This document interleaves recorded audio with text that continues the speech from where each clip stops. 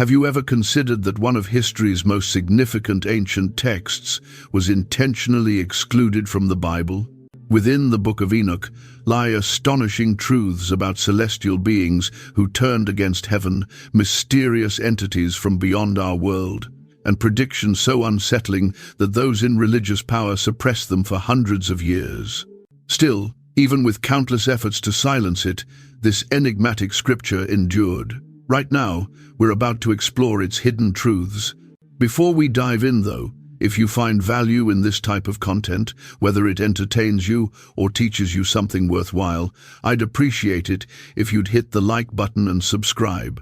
Your support makes a real difference.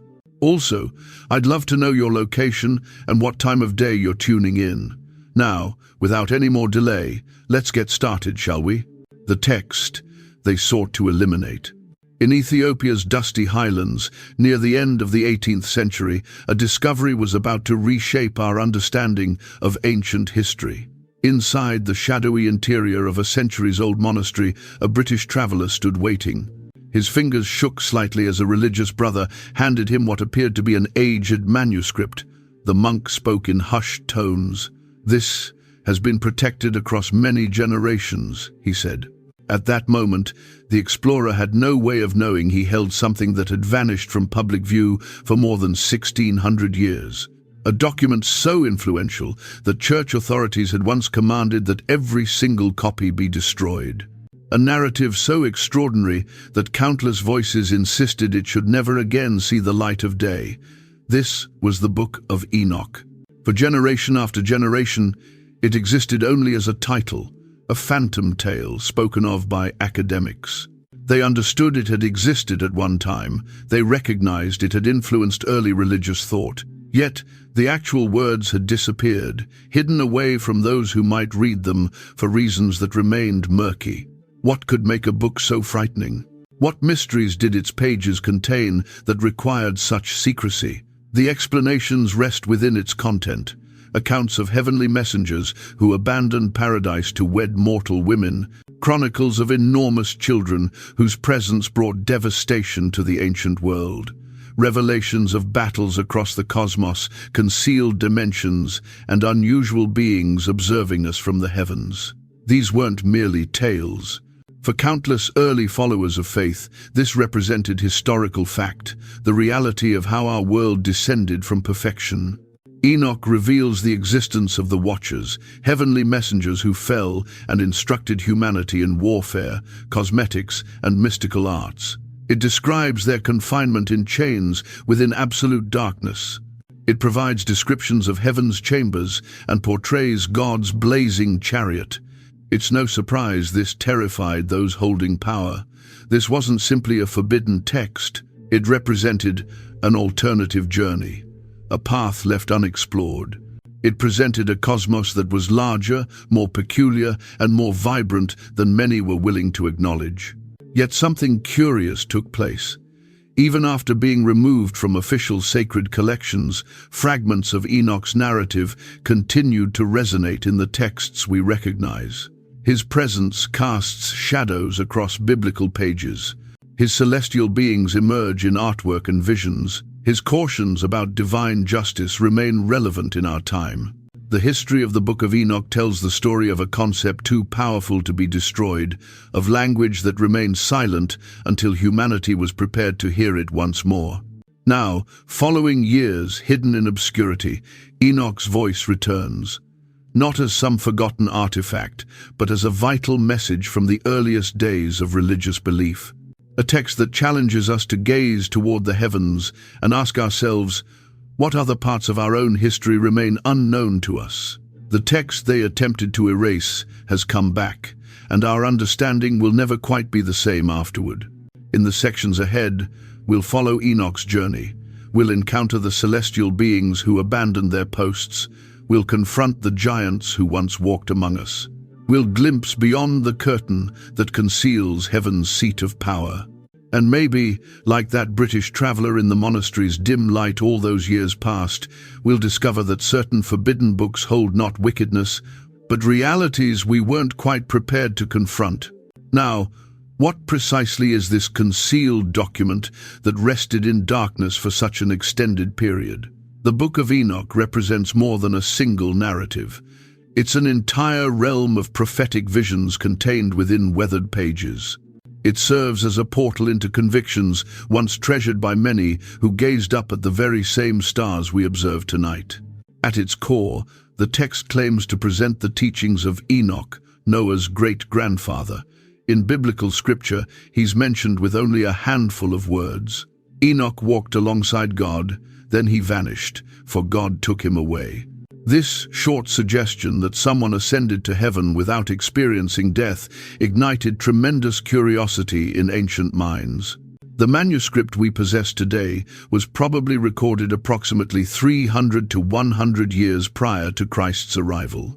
Its earlier sections might echo stories handed down for ages before anyone put stylus to parchment. Composed primarily in Aramaic, it circulated among Jewish communities during an era when many searched for evidence of God's design in a world controlled by foreign empires. What distinguishes the Book of Enoch is its construction. Similar to a dwelling with multiple chambers, it contains 5 primary sections, each carrying its distinct atmosphere and teaching. The opening section is the Book of the Watchers, the most recognized and frequently referenced portion.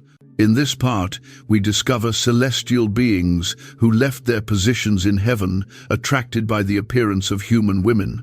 Their decision to violate this boundary brings catastrophe not only upon themselves, but upon all existence on earth. This section also guides us on an exploration through heaven's corridors, led by angelic beings who reveal to Enoch the very throne of God. Following that, the Book of Parables discusses a coming arbitrator, a son of man who will correct all injustices at the conclusion of time. Many scholars examining these passages recognize early hints of ideas that would subsequently flourish in Christian theology. The astronomical book may initially appear uninteresting, a thorough record of sun, moon, and stars in their courses. However, examine more carefully and you'll uncover a cosmic timepiece, a method to mark sacred days and remain synchronized with heaven's own calendar. Within the dream visions, Enoch shares unusual dreams where human history unfolds as a story of creatures. Sheep and wolves, eagles and oxen, each representing nations and rulers in our reality. Finally comes the Epistle of Enoch, a message of guidance intended to direct those living in the final days before judgment arrives.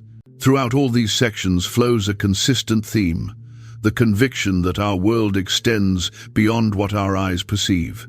That, behind the surface of ordinary existence, immense powers operate in arrangements established by God. That human decisions create echoes in heaven, and heaven's purpose shapes earth in response.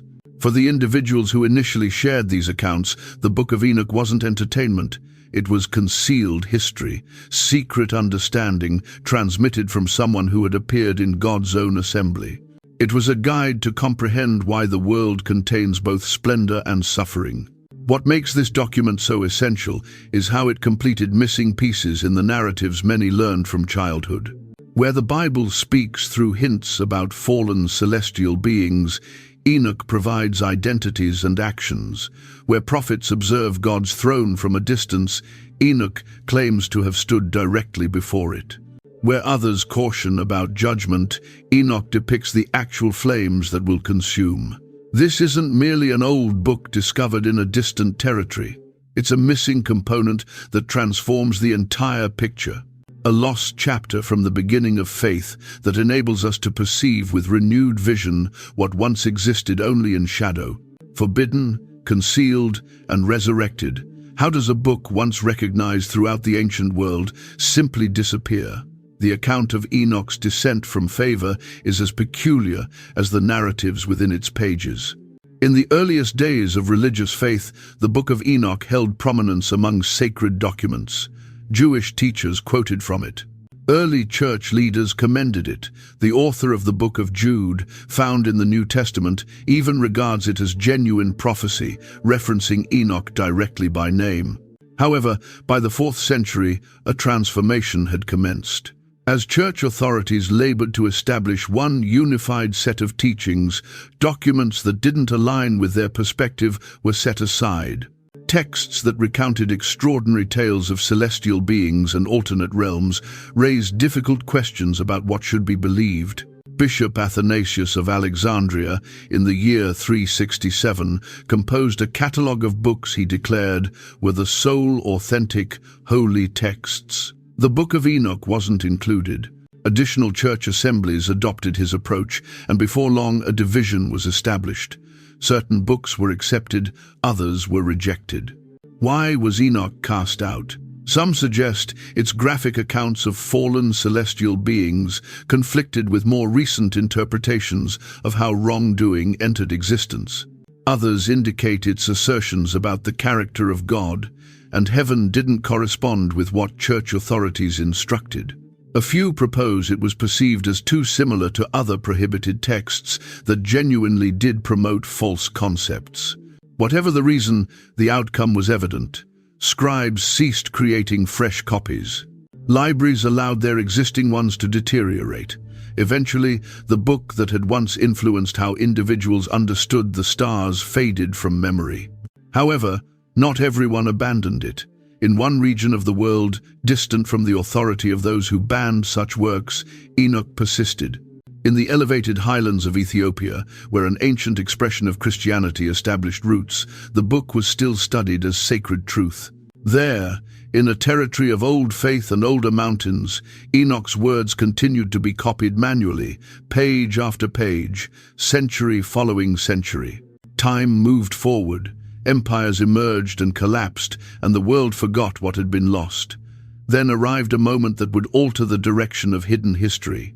In the late 1700s, a Scottish traveller named James Bruce journeyed through Ethiopia, searching for the source of the Nile River.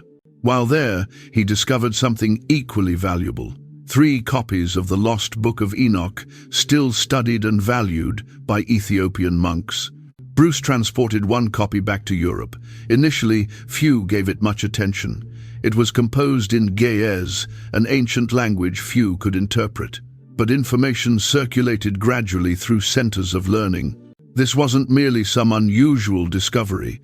It was a book many had assumed was lost permanently. In 1821, Richard Lawrence, a professor at Oxford, produced the first complete translation into English.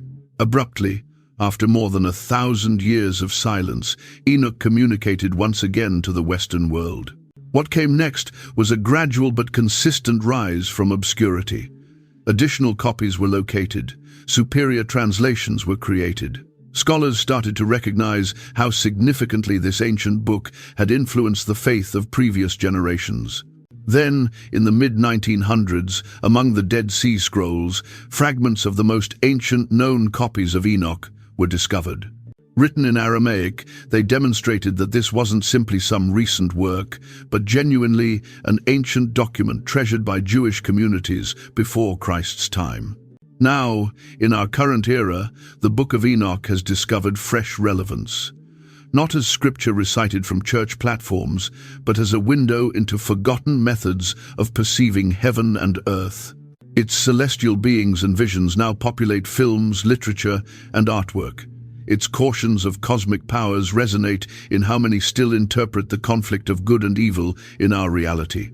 The book they attempted to eliminate has risen once more, and those who study it now discover not some peculiar cult document, but a missing chapter in the narrative of how humans have attempted to comprehend the stars shining overhead and the darkness lurking inside.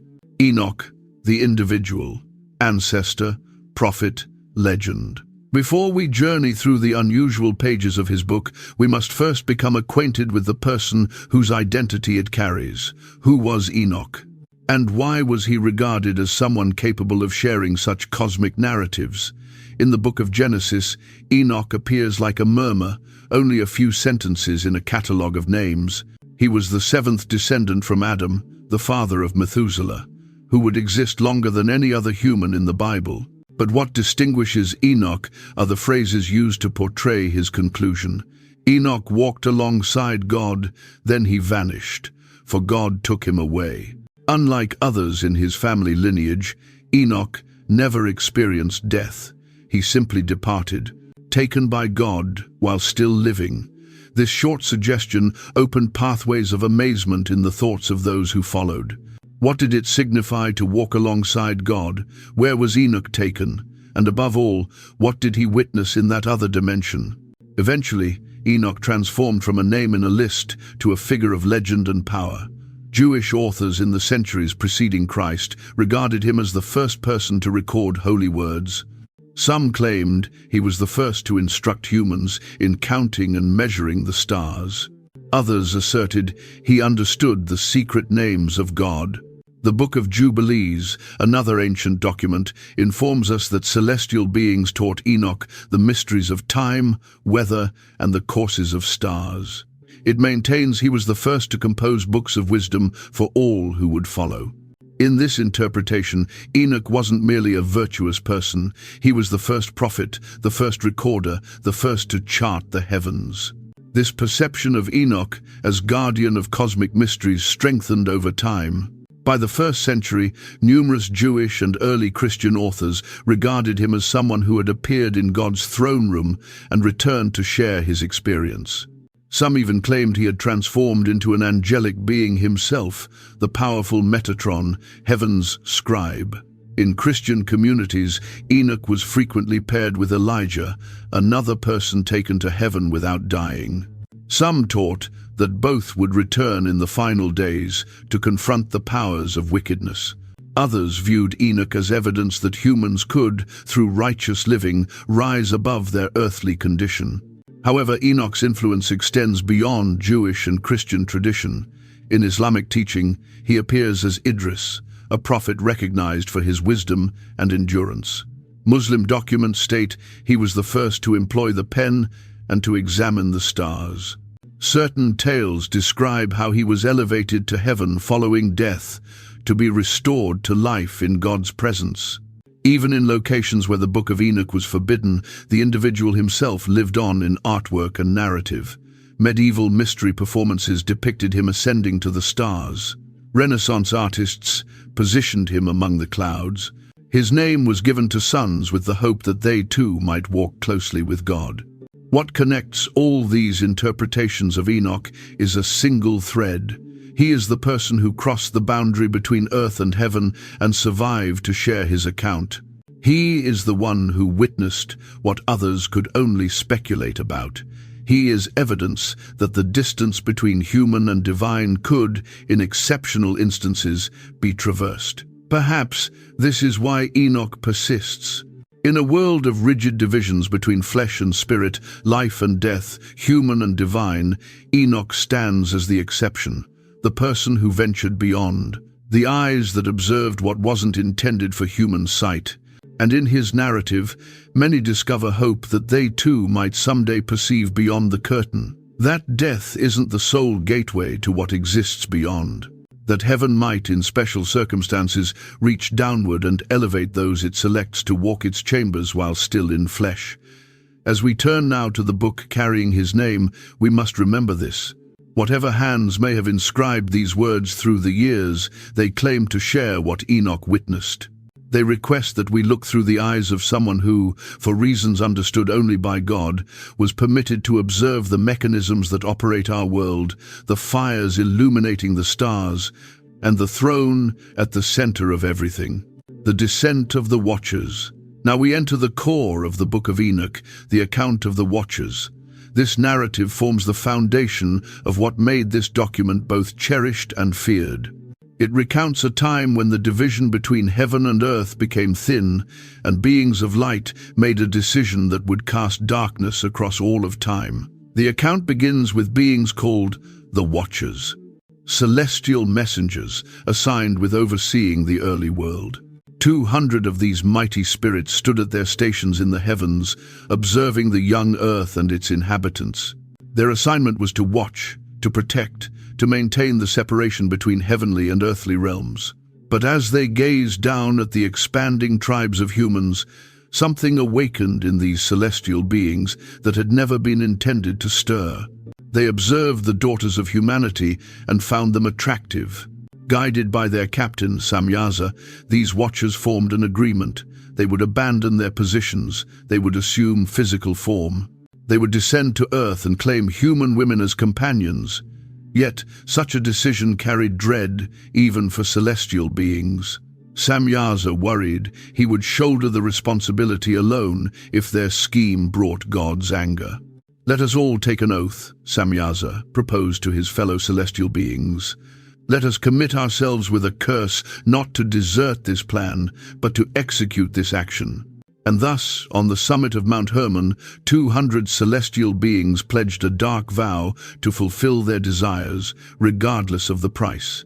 They descended to earth in the days of Jared, Enoch's father. Each selected a woman for himself. Each claimed her as his companion. From these unusual unions came offspring, but not human offspring. They were the Nephilim, giants whose stature and appetite knew no limits. However, the Watchers did more than father monstrous sons. They commenced teaching humans things that heaven had kept concealed. Azazel instructed men in creating weapons of warfare, swords and knives, shields and armor plates. He demonstrated how to work metals and fashion jewels. Samyaza taught enchantments and how to harvest roots for magical purposes. Amaros taught how to reverse enchantments.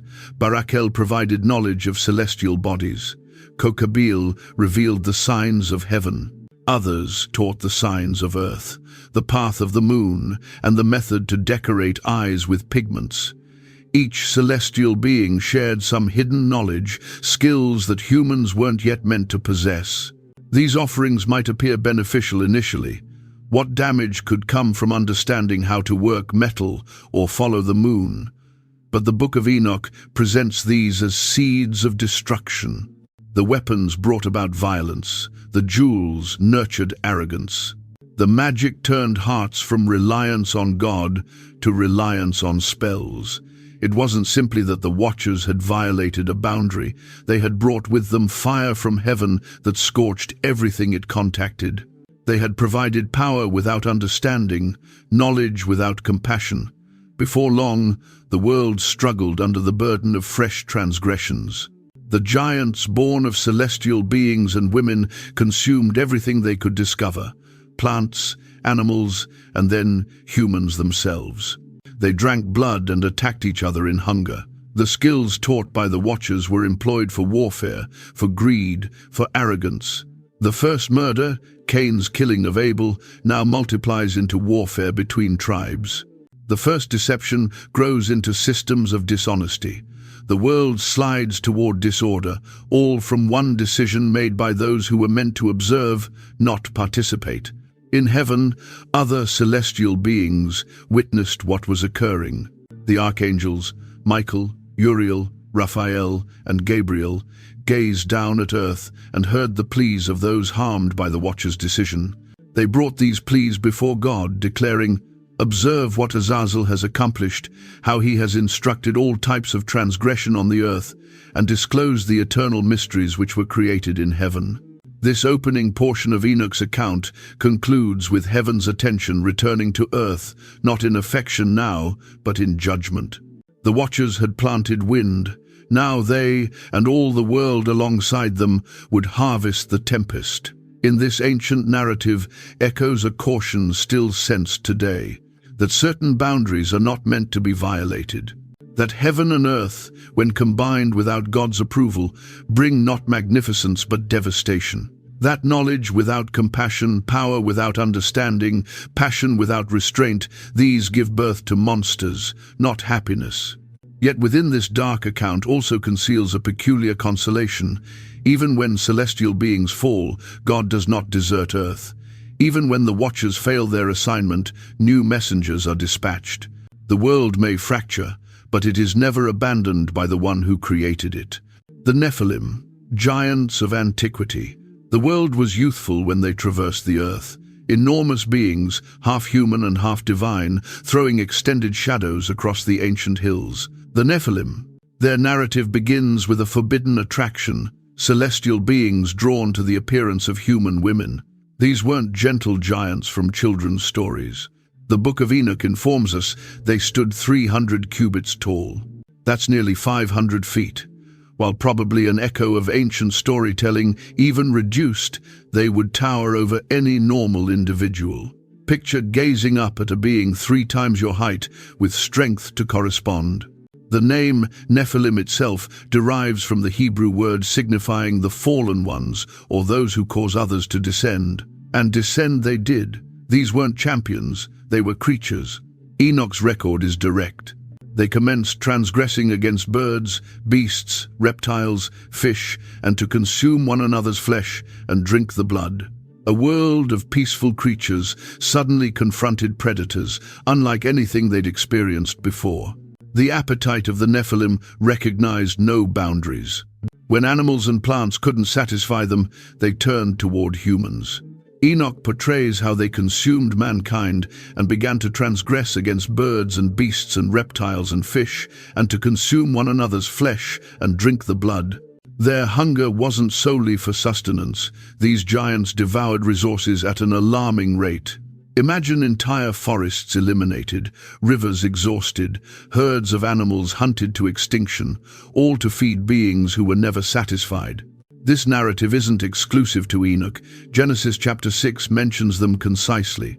The Nephilim existed on the earth in those days, and also, following, when the sons of God approached the daughters of humans and bore children by them. They were the champions of antiquity, individuals of reputation. But where the Bible provides us a single verse, Enoch gives us the complete dark account. Narratives of giants emerge in cultures globally. Greek legends tell of the titans who battled against the gods. Norse stories speak of Jotun, mountain-sized beings of tremendous power. Native American tribes share accounts of giant cannibals who pursued humans. Are these all recollections of the same occurrences? Ancient individuals attempting to comprehend fossil discoveries, or something else completely? The Nephilim left more than narratives. Some indicate enormous ancient structures, stonework that appears beyond human capacity to transport. Others reference giant-sized weapons and armor portrayed in ancient documents. The Bible itself mentions the bed of Og, king of Bashan, constructed of iron and over 13 feet long. Their brutality increased until it reached every corner of creation. Enoch informs us. And the entire earth has been corrupted through the works that were instructed by Azazel. To him attribute all transgression. The world struggled under their mass and their appetite. Heaven paid attention. The pleas of humanity reached the throne of God. The archangels, Michael, Gabriel, Raphael, and Uriel, gazed down in shock at what earth had transformed into. The giants represented more than physical danger. They were living evidence of violated boundaries. Divine beings combining with humans, producing something that should never have existed. In many ancient cultures, preserving proper arrangement was sacred. The Nephilim were disorder made flesh. Their narrative teaches us something powerful. Size and strength don't create one mighty in ways that count. True might comes from virtue, from understanding. The giants possessed power, but employed it poorly. They selected cruelty over compassion. And for that, judgment was approaching. The legacy of the Nephilim persists in our cultural memory. We continue telling stories of giants, some friendly, most frightening. Perhaps these tales echo our most ancient fears that something bigger and stronger might someday consume everything we cherish. When we examine Enoch's record, we observe a caution about power without understanding, appetite without restraint. The Nephilim were condemned, not because they were giants, but because their hearts were diminished. The corruption of humanity. Before the Watchers arrived, humans existed simply. They cultivated seeds, cared for animals, constructed shelters, and raised families. Existence was difficult but honest. The patterns of nature directed their days, then everything transformed. The Book of Enoch explains how the fallen celestial beings didn't simply claim companions, they became instructors. What they taught wasn't understanding, it was knowledge humanity wasn't prepared for. Azazel instructed men to create weapons of warfare, swords, knives, shields, and armor plates. Before this, conflicts were simpler. Now death could arrive rapidly from a distance with cruel intention. And there emerged much ungodliness, and they committed immorality, and they were misled, and became corrupt in all their methods. Shamihaza taught spell casting and root harvesting, early witchcraft. Amaros taught how to reverse spells. Barakel taught astrology. Kokabeel revealed the signs of the stars. Ezekiel taught knowledge of clouds and weather formations. Arakiel showed signs of the earth. Shamshiel taught the signs of the sun, and Sariel the path of the moon. Each piece of knowledge shifted humanity further from innocence. Women learned to decorate themselves with precious metals and stones, to paint their faces and alter their appearance. Enoch portrays how they adorn themselves with beautiful bracelets and chains and rings and colorings of eyes and the finest of stones and all varieties of dyes. This wasn't simple vanity. It was a fundamental transformation in human focus, from the inner existence to outer display, from substance to surface. Before long, humans commenced mimicking the brutality of their giant neighbors. They turned new weapons against animals, then against each other. Blood moistened the ground. Families battled families. Tribes assaulted tribes. The knowledge brought by the Watchers wasn't solely about things. It transformed how individuals thought. Humans began to perceive nature not as something to exist within, but something to control. Animals became targets, not fellow creatures. Other humans became adversaries, not kin. The document informs us, and men perished. They cried, and their voice reached to heaven. The corruption multiplied like a sickness. Few remained untouched by it. Certain knowledge arrived with immediate damage. Weapons brought rapid death. Other knowledge carried slow poison. Astrology guided individuals to fear the stars rather than simply appreciate their splendor. Plant knowledge and medicine sometimes healed, but also created fresh dependencies. Perhaps most dangerous was the knowledge of metals. Humans learned to dig into the earth, to melt stone until it flowed like water, to reshape the world itself. This knowledge would echo through all human history that followed. The celestial beings had violated heaven's trust. Knowledge meant for gradual discovery over thousands of years was deposited into human minds all at once. Like giving fire to an infant, the results were both marvelous and terrible. Enoch doesn't condemn knowledge itself. What it condemns is knowledge without understanding, learning without compassion. The Watchers instructed humans how to accomplish things without teaching why or whether they should be accomplished. As corruption multiplied, the natural world suffered too. Animals grew more hostile, plants withered, even the weather formations transformed. All creation struggled under the burden of disorder. This wasn't solely a physical corruption, but a spiritual one. Humans commenced worshipping the Watchers as deities. They forgot the true Creator who had positioned the stars in motion. They exchanged truth for power, understanding for cleverness. Heaven observed as the beautiful garden of earth transformed into a battlefield. The experiment of freedom had produced disorder. Divine patience, though enormous, was not limitless. The lesson resonates through time. Knowledge without understanding destroys. Power without virtue corrupts. Progress without purpose leads nowhere worth traveling. As humans today unlock the atom, genes, and mind, Enoch's caution still murmurs to us. Not all that can be understood should be understood, at least not before we're prepared to carry its burden. Enoch receives a summons. In a world drowning in disorder, one person walked a different route. The Book of Genesis informs us simply, Enoch walked alongside God. 300 years of daily decision, selecting peace over brutality, understanding over clever tricks, compassion over power. Enoch was no monarch or warrior.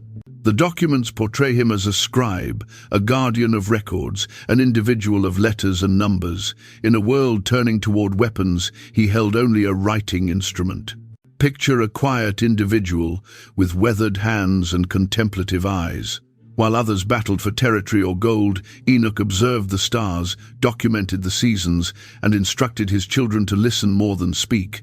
His existence wasn't perfect.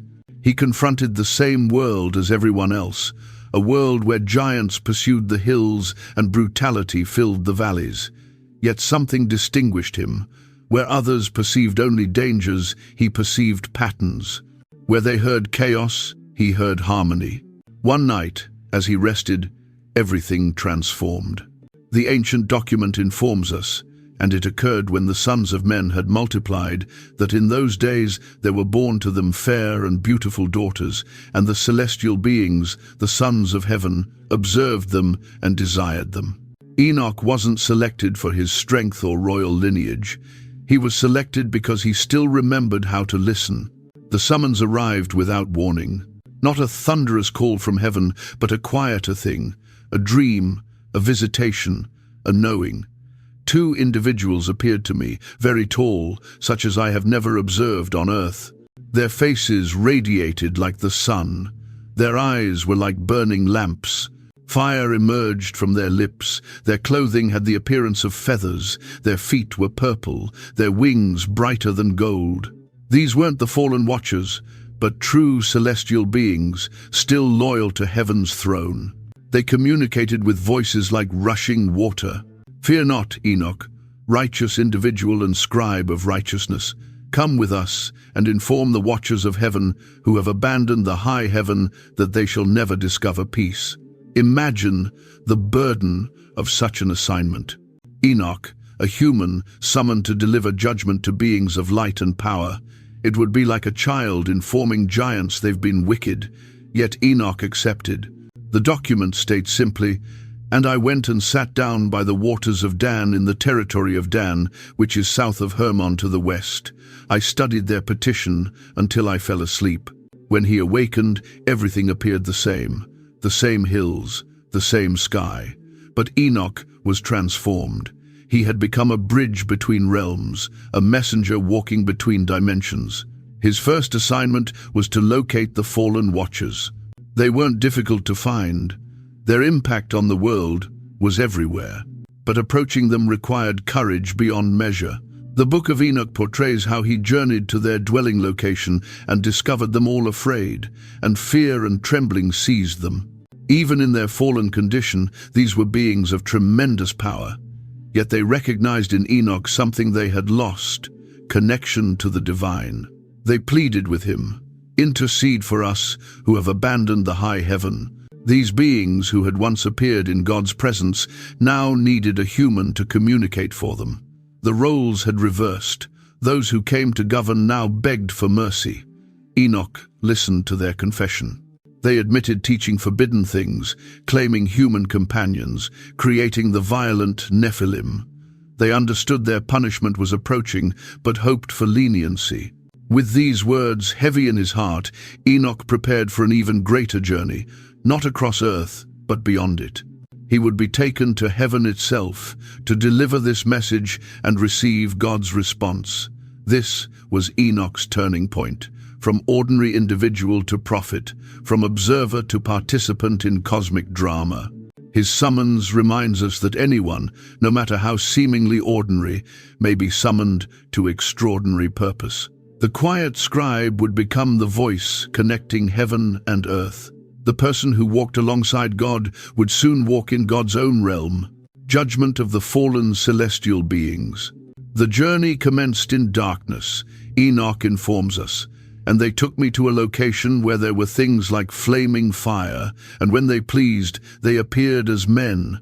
The celestial beings who directed him could shift between forms, sometimes appearing human, sometimes as pure energy. Enoch was transported beyond the world he understood, beyond mountains and seas, to realms few humans had glimpsed. And they elevated me up into heaven, and I arrived at a wall constructed of crystals, surrounded by tongues of fire. He wasn't in a location that could be located on any map. He had entered the spiritual realm, where thoughts possess form and time flows differently than on earth. Before the throne of heaven, Enoch delivered the watcher's plea. But heaven already understood their crimes. The archangels had been observing. Every tear shed by humans had been counted. Every drop of blood spilled by the Nephilim had been witnessed. The judgment arrived not as angry shouts, but as quiet certainty. Go say to the watchers of heaven who sent you to petition for them, you should petition for men, not men for you. The fallen celestial beings had hoped Enoch would communicate for them. Instead, he became the messenger of their doom. The verdict was clear. You have been in heaven, but all its mysteries had not yet been disclosed to you. You understood worthless ones, and in the hardness of your hearts you disclosed these to women. And through these mysteries, women and men work much wickedness on earth. Their punishment would correspond to their crime. They had violated boundaries, so boundaries would now contain them. They had corrupted the earth, so the earth would no longer welcome them. Bind Azazel hand and foot and cast him into darkness. Create an opening in the desert and cast him into it.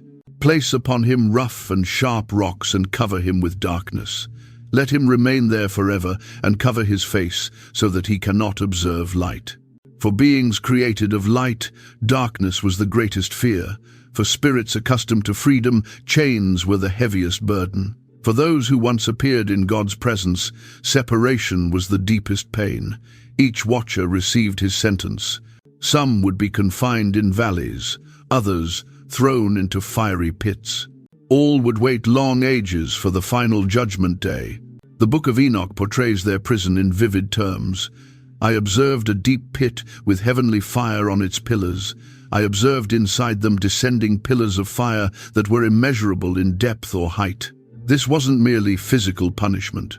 It was spiritual exile, the natural result of their decisions. They had turned from light to darkness in their hearts. Now their outer reality matched their inner decision.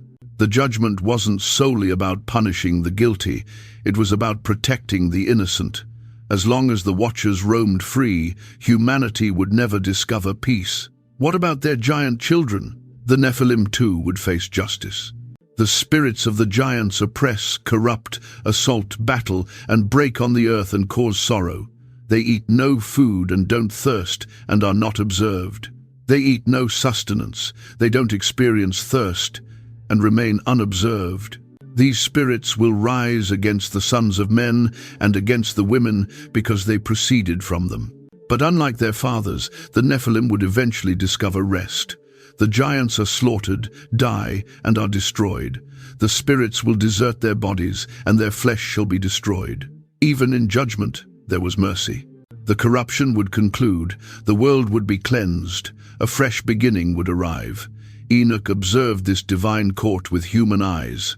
He witnessed justice beyond human comprehension, perfect in its balance of mercy and truth.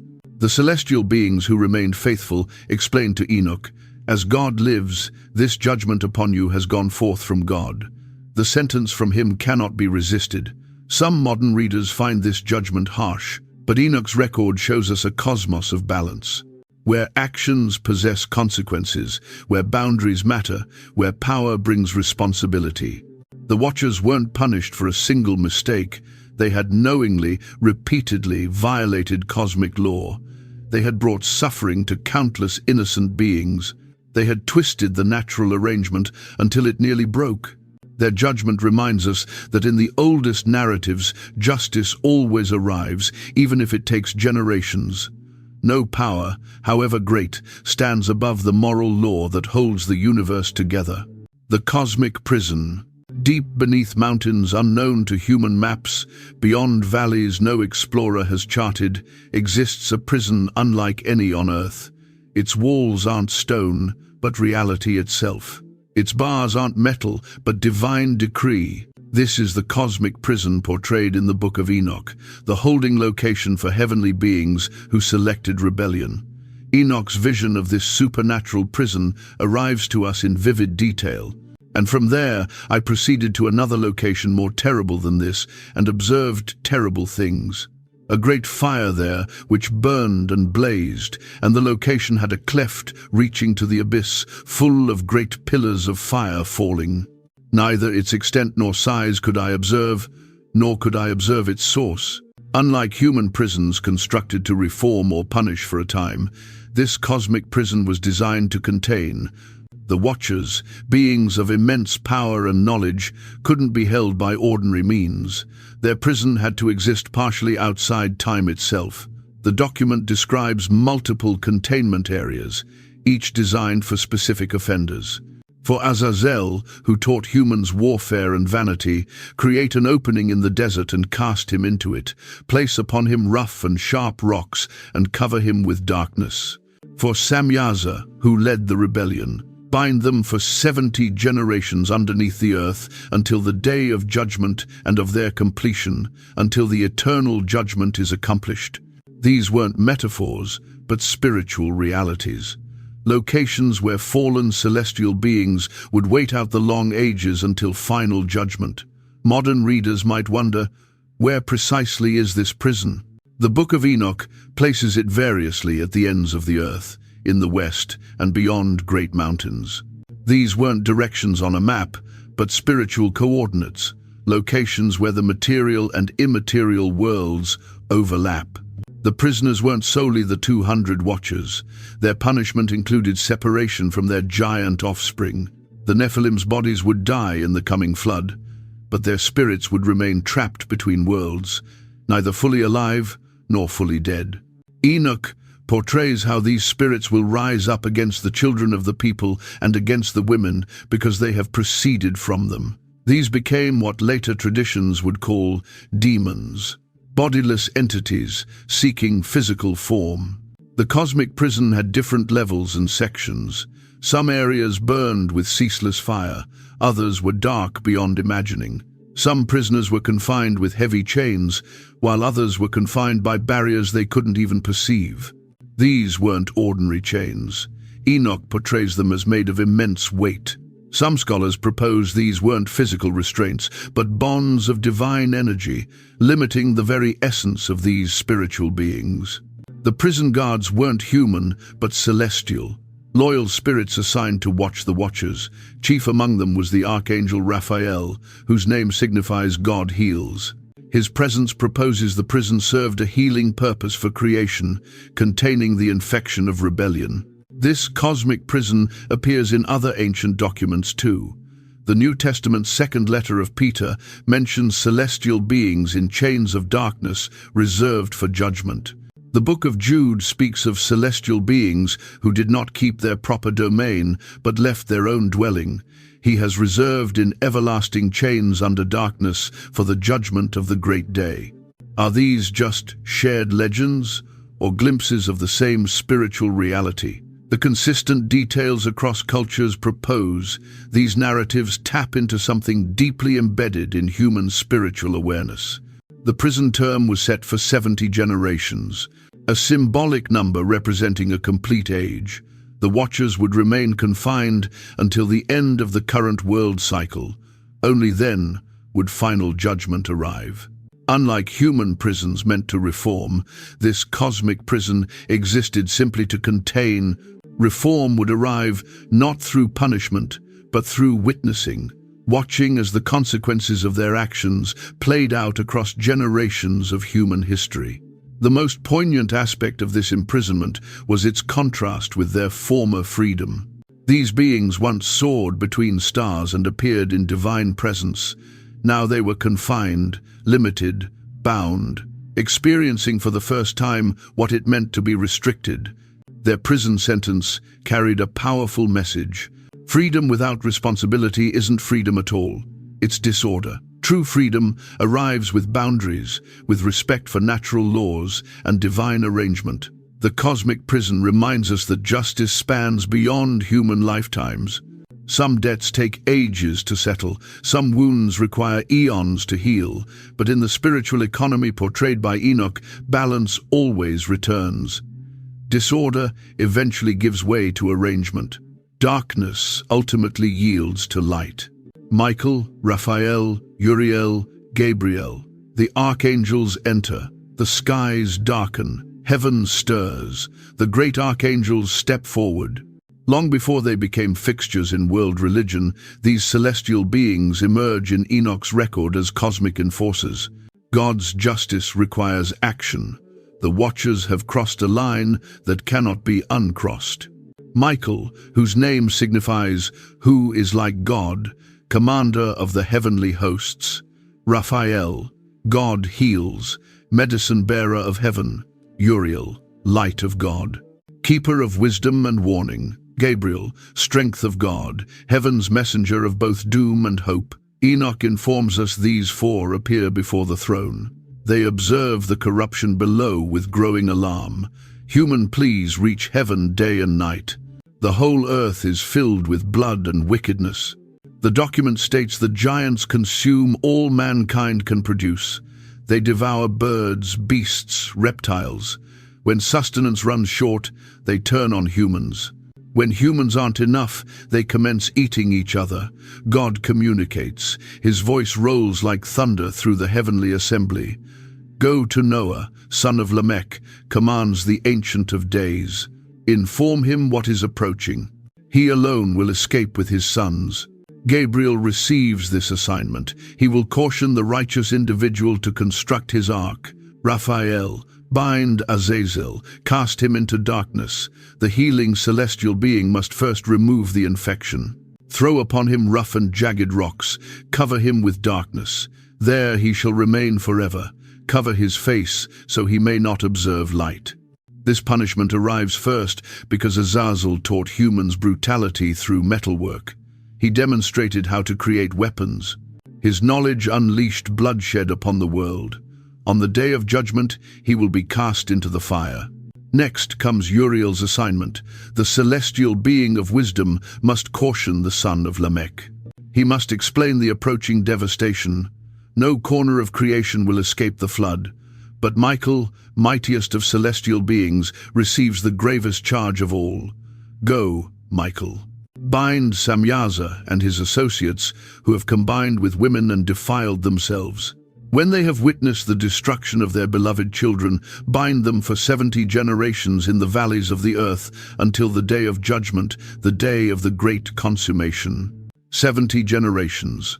A prison sentence beyond human reckoning, not a quick execution, but a drawn-out agony of waiting.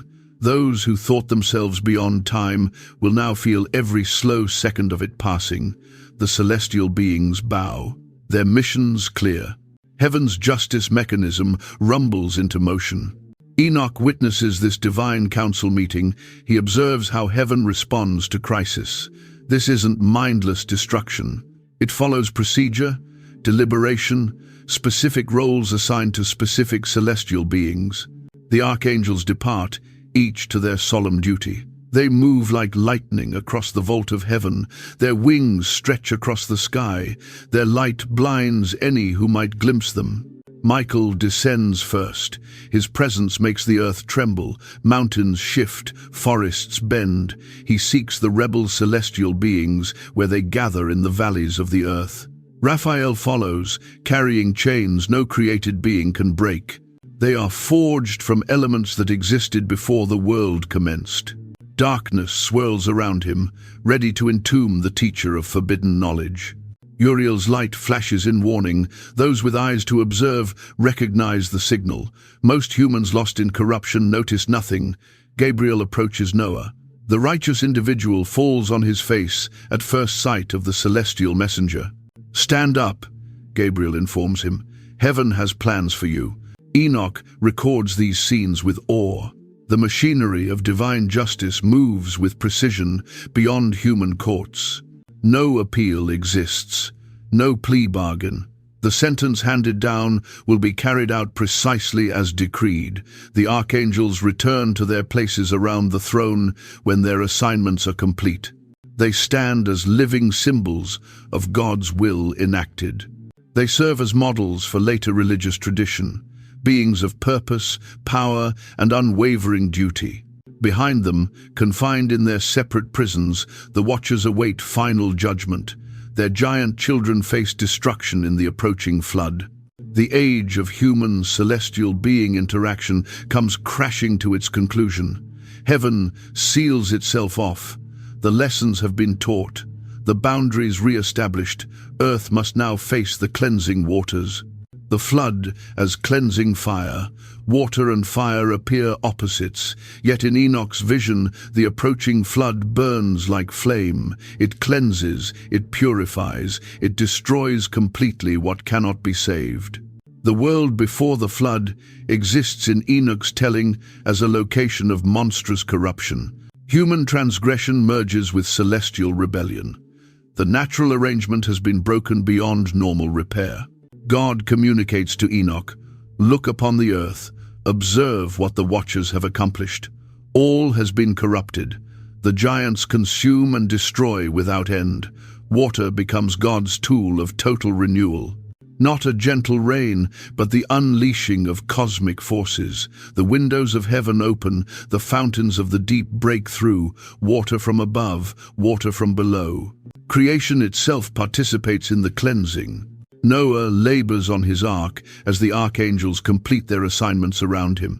The confined watchers can only observe as the end approaches. Their punishment includes witnessing the death of their beloved children. They will be destroyed by waters, Enoch inscribes, recording God's decree. A flood shall arrive for 1 year. Nothing will survive except what is with Noah. The Nephilim, those mighty giants born of human women and celestial fathers, face extinction. Their physical forms will drown. Their spirits, however, Enoch informs us, will remain. Here emerges one of the document's most lasting contributions to later demonology. The spirits of the giants shall be like clouds. The book states, "They will corrupt, fall, battle, bruise upon the earth. They will cause sorrow. They will assault, struggle, and throw upon the earth. They will take no sustenance, but will hunger and thirst and cause destruction." The flood doesn't conclude all wickedness. It instead transforms physical creatures into spiritual ones. The Nephilim become the disembodied demons of later tradition, hungry ghosts seeking bodies to inhabit. Water rises. The cleansing commences. For 40 days, rain falls without stopping. Waters cover even mountain peaks. Everything not in the ark drowns. Enoch portrays this through prophetic vision. He observes the world before, during, and after this cosmic reset. He comprehends it not as mindless destruction, but as surgical removal of corruption. The world before the flood remains in Enoch's record as a caution. When boundaries collapse between heaven and earth, disorder follows. When knowledge arrives without understanding, disaster results. Noah's family alone survives. 8 humans to rebuild civilization. The ark protects them through the year-long flood. Animals join them. Life preserved amid death. After the waters recede, God establishes his covenant. Never again will water destroy all flesh. The rainbow seals this promise. Yet Enoch observes beyond this moment. The first cleansing arrived by water. The next, he prophesies, will arrive by fire. The earth shall be cleansed from all corruption, from every transgression, from all punishment and torment. Enoch inscribes, "I will not send these again upon the earth from generation to generation forever." The flood narrative in Enoch carries additional significance beyond Genesis. It marks the conclusion of the Watcher's direct influence on human history. It establishes clear separation between heaven and earth. It transforms physical wickedness into spiritual wickedness. Most importantly, it shows God's unwillingness to abandon creation entirely. Even in destruction comes preservation. Noah carries forward human hope. The animals continue their kinds, plants will regrow, life resumes. Enoch's flood narrative expands beyond 40 days and 40 nights. He observes it as a year-long process of death and rebirth. The world that emerges appears the same, yet stands fundamentally transformed. The chained watchers remain imprisoned in their dark valleys. The spirits of their giant children now roam as disembodied entities. Humans rebuild without direct celestial interference. A fresh age commences. The pre-flood world fades into legend and memory. Enoch's record preserves what otherwise might be forgotten: heaven's justice, celestial folly, and creation's renewal. The 3 parables. Overview. The core of Enoch's book arrives next. 3 mighty visions. Three parables of endings and beginnings. Moving from the ancient flood, Enoch's focus shifts forward. He observes humanity's final chapter. His eyes pierce the curtain of time. The second vision of wisdom, Enoch calls this section. These visions surpass simple prophecy. They reveal cosmic patterns of judgment, redemption, and transformation. Each parable unfolds with striking imagery. Each carries cautions and promises. Together they form the theological core of the entire book. The first parable concerns heaven itself, its hosts, its inhabitants, its measurements and mysteries. Enoch witnesses the dwelling locations of the righteous. He observes where holy ones rest after death.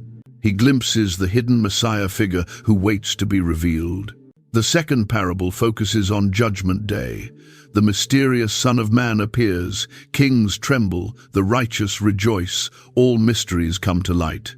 The third parable reveals the final reward of the righteous and the last punishment of the wicked. Light and darkness separate fully.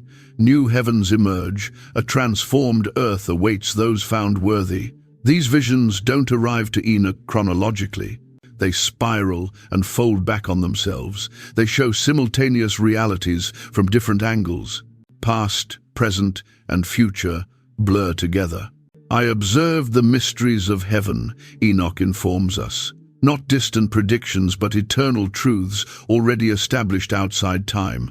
What will occur has, in heaven's perspective, already transpired. Four distinctive features mark these parables. First, their cosmic scope. Enoch observes beyond earth to the entire created arrangement. Second, their concern with righteousness and judgment. Heaven's standards apply universally. Third, their vision of heavenly books where all deeds are recorded. Nothing escapes divine notice. Fourth, the emergence of a messianic figure who brings God's final justice. The parables communicate in symbolic language. Animals represent nations, stars signify celestial beings, mountains become powers and authorities. Interpreting requires spiritual sight. Who can study the mind of God? Enoch asks. Who can observe as celestial beings observe? Yet the parables attempt to translate heavenly truth into human language. These chapters proved troubling to later religious authorities. Their apocalyptic fervor challenged institutional power. Their messianic imagery appeared too specific, too revolutionary. For early followers of Jesus, however, these parables proved crucial. The Son of Man walking beside the Ancient of Days, the pre-existent one selected before creation. These images shaped early Christian theology profoundly. Before the sun and stars were created, before the powers of heaven were created, his name was named before the Lord of Spirits. Enoch inscribes of this messianic figure. Such phrases would later appear in Christian writings about Christ. The three parables function as windows into heaven's perspective. They reveal time as God observes it, not linear, but complete. They show justice as heaven comprehends it, not compromised, but absolute. Enoch receives these visions while still in his earthly body. The document emphasizes this point repeatedly. A living individual witnesses what normally only the dead may observe. I was carried aloft in a vision, he explains. I observed the holy ones of heaven. This direct access to divine mysteries forms the basis of his authority. The parables stand as Enoch's most influential legacy. Their imagery enriched Judaism, Christianity, and Islam. Their visions of cosmic justice inspired movements across centuries. When we examine apocalyptic literature throughout history, we discover echoes of Enoch's three parables. Their impact extends far beyond their original context. Even today, when individuals envision final judgment, heaven's rewards, or messianic arrival, they often unconsciously draw on imagery first articulated in these ancient pages. The righteous one, first glimpses of a Messiah, a figure emerges from light. Neither fully celestial being nor merely human, Enoch observes him and wonders, "Who is this?" he asks his celestial guide. "This is the Son of Man," arrives the response. "This is the one to whom righteousness belongs. With him righteousness dwells." Here, in writings dating centuries before Christianity appears, a messianic vision that would profoundly shape religious history. The title Son of Man would later become Jesus of Nazareth's favorite self-description. The image of a pre-existent heavenly figure who brings final judgment would transform Jewish messianic expectations. In Enoch's first parable, this mysterious figure appears seated beside the head of days, another name for God himself. Not standing as a servant might, but seated in the position of authority and equality. His face was full of grace, like one of the holy celestial beings, Enoch inscribes. Yet this is no ordinary celestial being. This figure judges celestial beings themselves. 4 distinctive qualities mark Enoch's messianic figure. First, his pre-existence. He was named before the sun and stars were created. Second, his righteousness. He embodies perfect alignment with heaven's standards. Third, his role as judge. Kings and mighty ones tremble before him. Fourth, his status as chosen one. God himself has selected him for this cosmic role.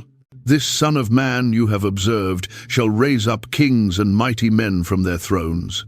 He shall release the reins of the powerful and shatter the teeth of wrongdoers. Such language held revolutionary significance. In an era of empires and subjugation, Enoch foresaw divine reversal of earthly power arrangements. The Messiah would invert the sequence of things. The first would transform into last. The last would transform into first. The heavenly figure emerges with dual purpose, judgment and deliverance. For the righteous, his appearance signifies vindication. For the wicked, his arrival brings dread.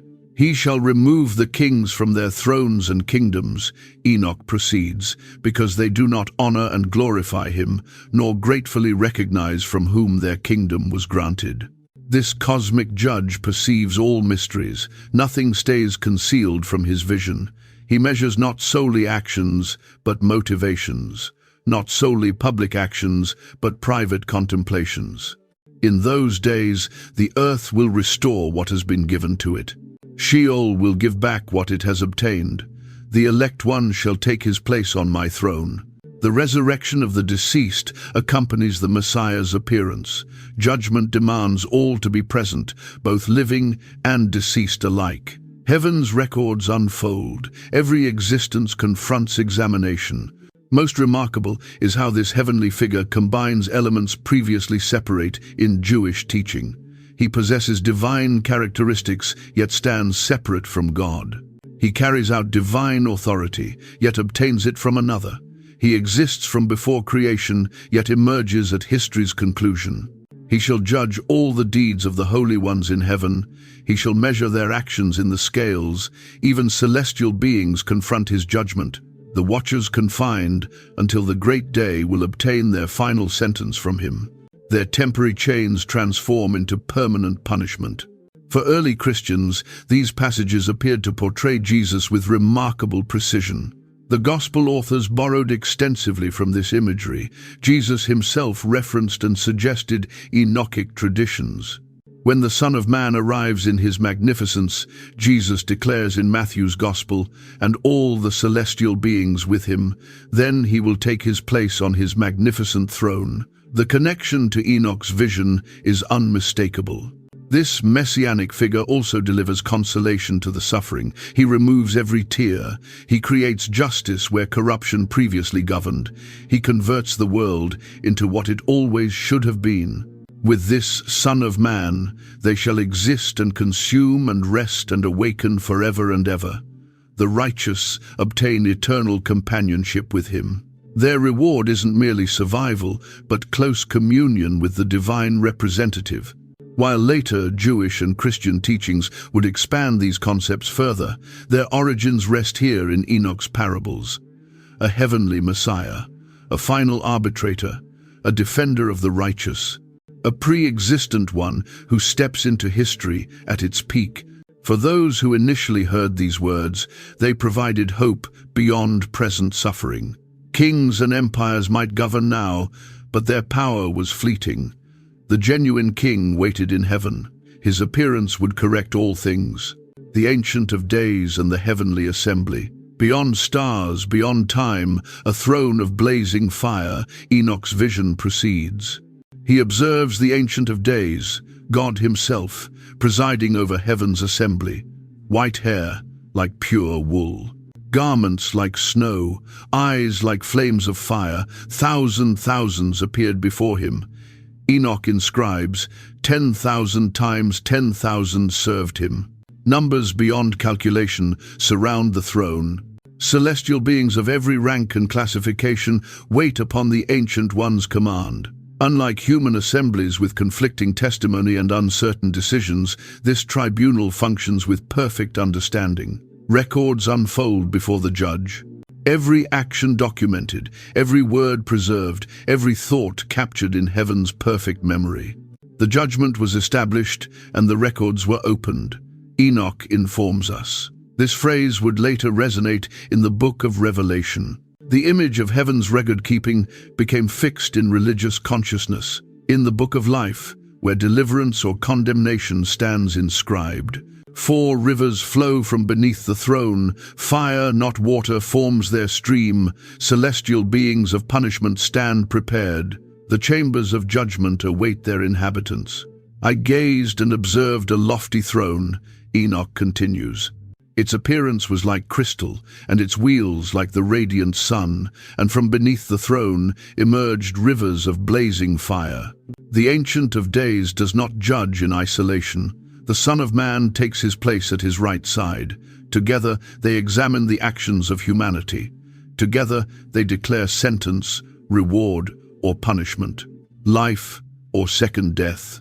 Enoch witnesses something few mortals ever observe. Heaven's complete assembly gathered, celestial beings of every rank assemble. Powers and dominions assume their positions. Cherubim and seraphim stand at attention.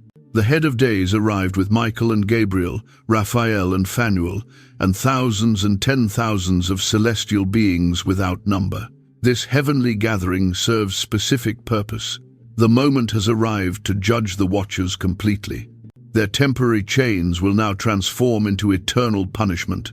Their 70 generations of waiting have concluded. Each watcher approaches the throne. Each hears his sentence declared. No appeal exists. No mercy awaits those who corrupted God's creation and instructed humans in forbidden knowledge. The mystery of wickedness finds partial explanation here. Why does wrongdoing persist? Why do the righteous suffer while evil appears to flourish? Enoch's response: justice postponed is not justice refused.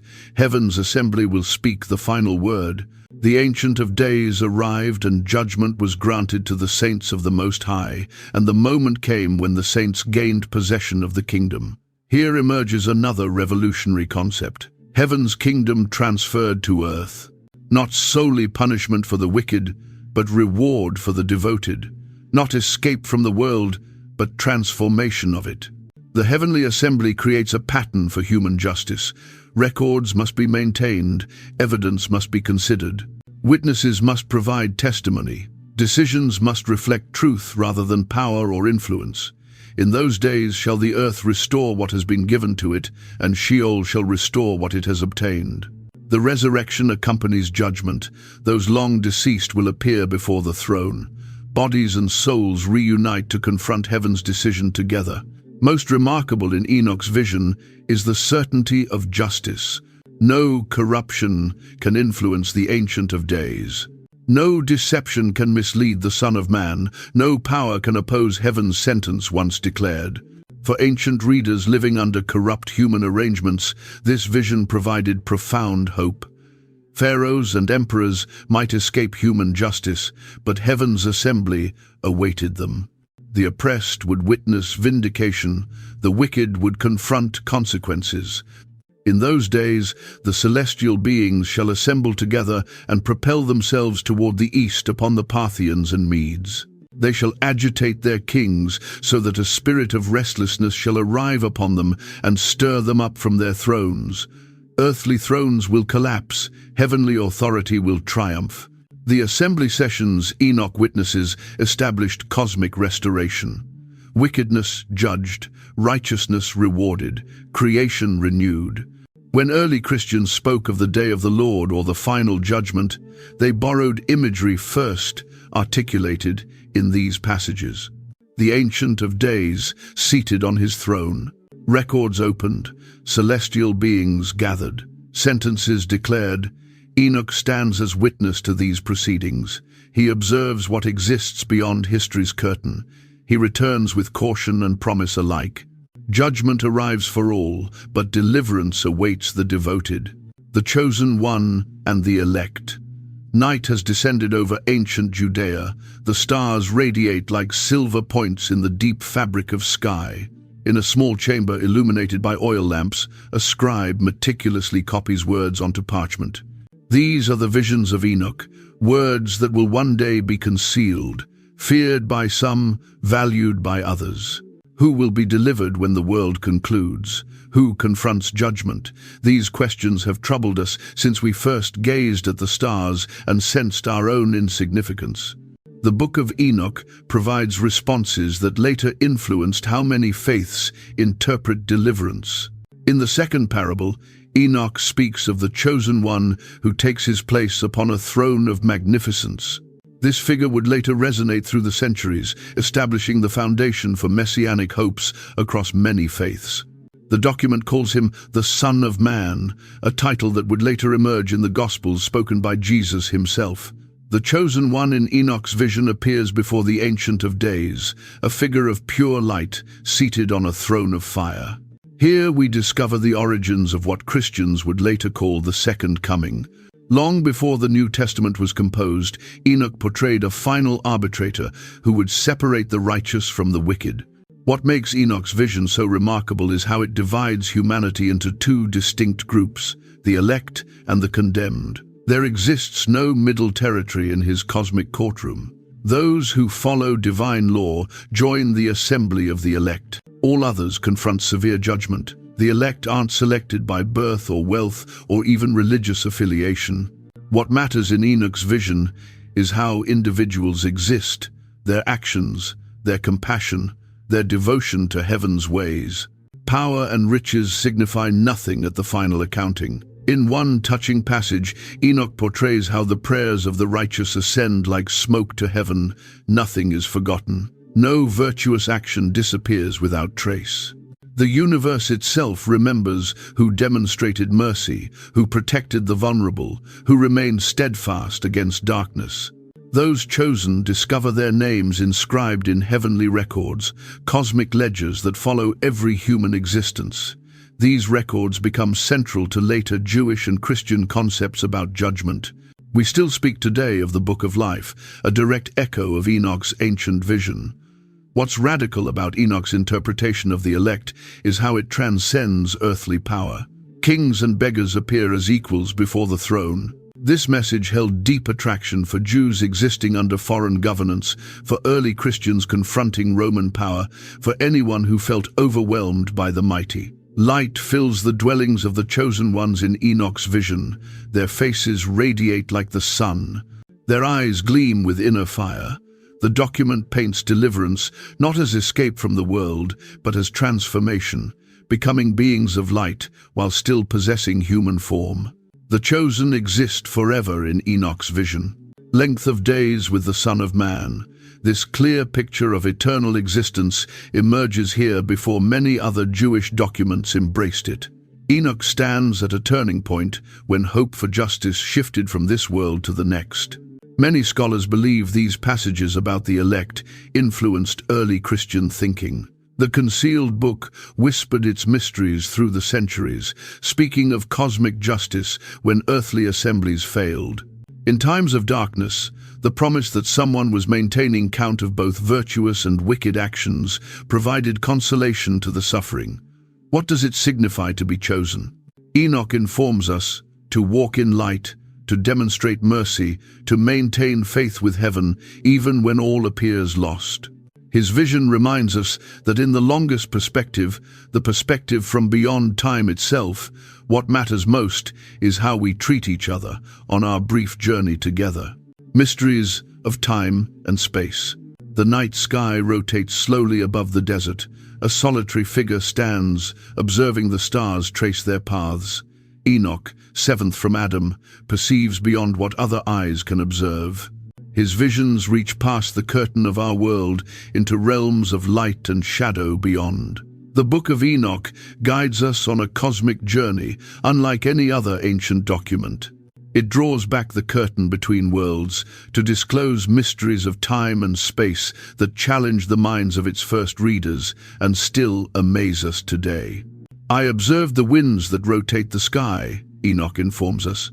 I observed the storehouses of snow and the chambers of hail.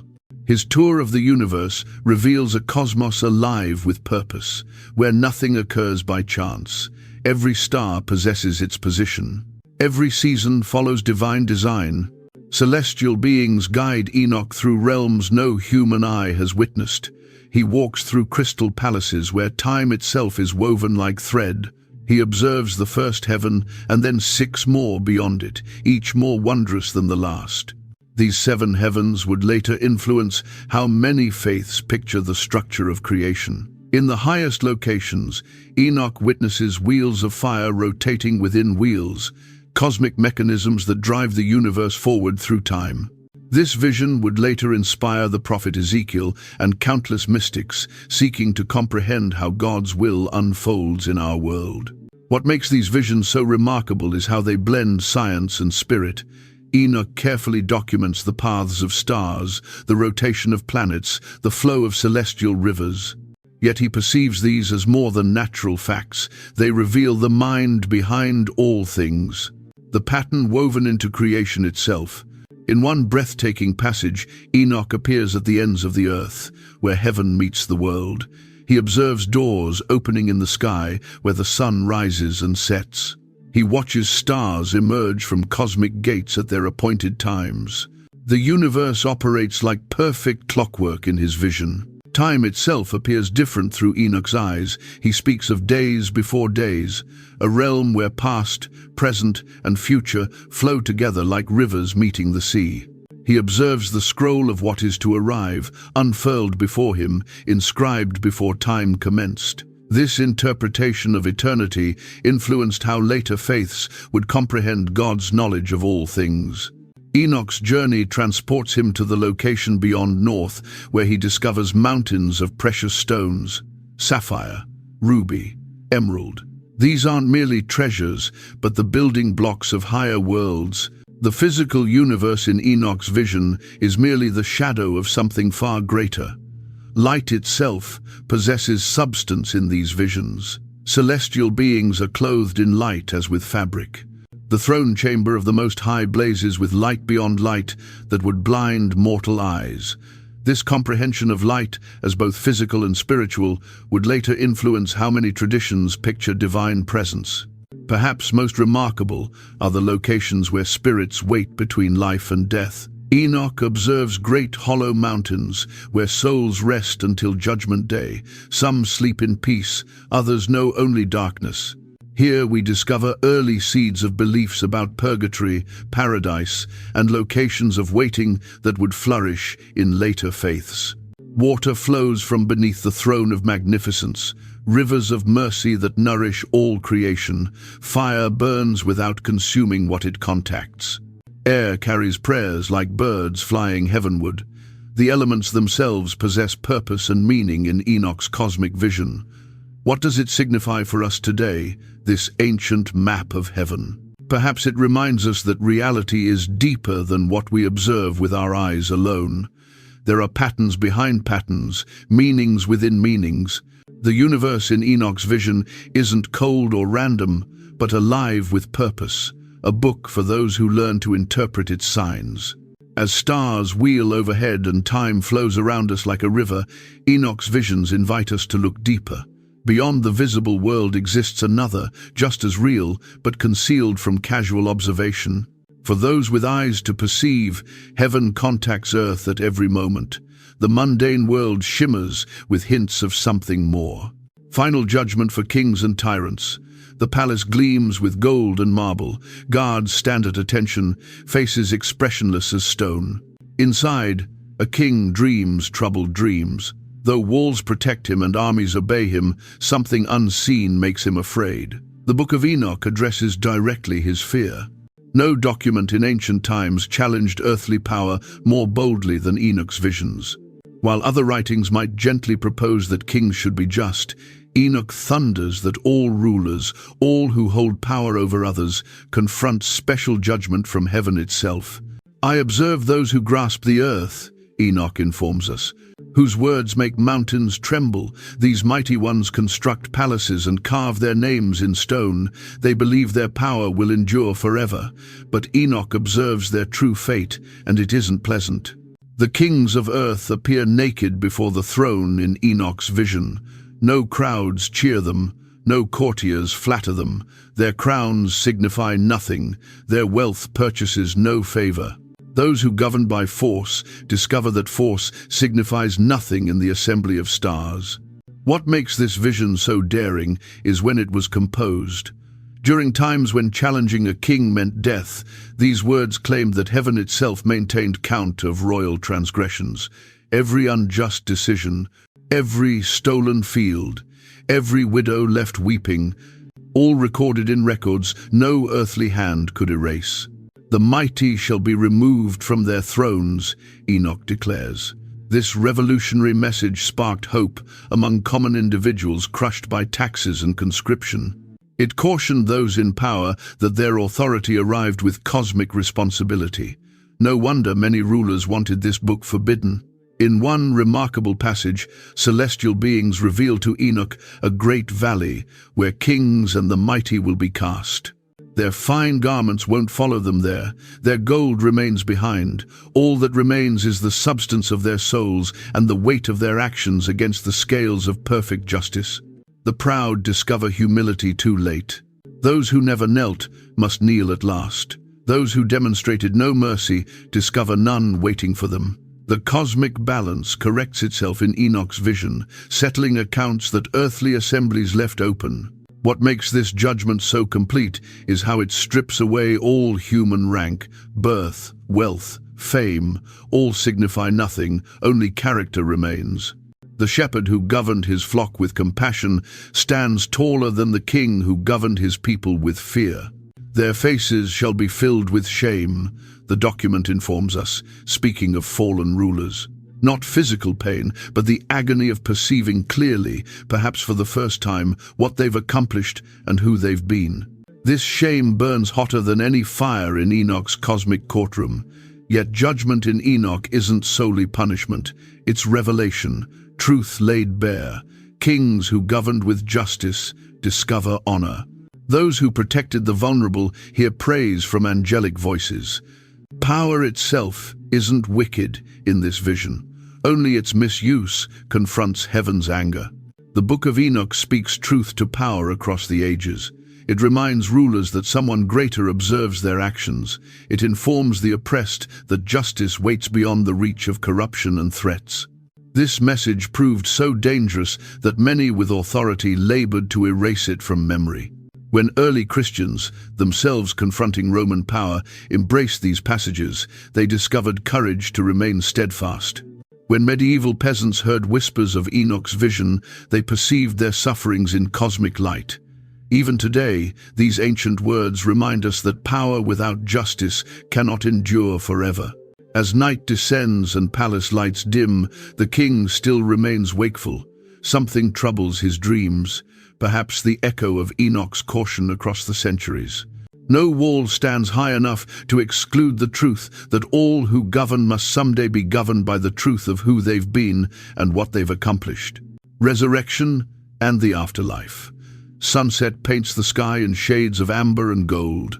In ancient times, individuals watched the sun descend below the horizon and wondered, where does light travel when darkness arrives? Where do we travel when our own light fades? The Book of Enoch provides responses that transformed how we think about death itself. Before Enoch's visions, many ancient Jews possessed only shadowy concepts about what waits beyond life. The early Hebrew Bible speaks of Sheol, a dim location where the deceased become mere shadows of who they were, not quite heaven. Not quite hell, just faded existence without joy or pain. Enoch transformed everything. His visions revealed something radical, that death isn't the conclusion, but a doorway. The body returns to earth, but the spirit journeys onward. This interpretation would later influence how Christians, Muslims, and many others picture life after death. I observed the locations prepared for the righteous, Enoch informs us. These aren't gloomy shadows, but realms of light where the holy ones walk in eternal brilliance. The virtuous discover joy beyond earthly pleasure. Their rewards correspond to the goodness they demonstrated in life. What makes Enoch's vision so remarkable is its physical nature. This isn't merely spirits floating in clouds. He portrays resurrection, the deceased rising with bodies transformed, but still somehow themselves. They consume the fruit of wisdom. They drink from rivers of light. Heaven in Enoch's vision is a location you can contact and taste. The righteous don't merely survive in these visions, they radiate. Their faces shall radiate with joy, the document informs us. This concept of the blessed becoming beings of light would later emerge in Christian writing about saints and in Islamic visions of paradise. What commences in Enoch flows through many faiths. Not everyone remains deceased until Judgment Day in Enoch's complex vision. Some, the most virtuous, already walk in paradise. Others sleep deeply, waiting for the final call. Still others wander as spirits, neither fully here nor fully there. These varied paths beyond death would influence how many traditions picture the journey of souls.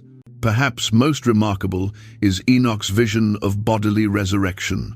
Bone shall join to bone, he informs us, observing the deceased rise whole again. This clear picture of physical return from death emerges here before many other Jewish documents embraced it.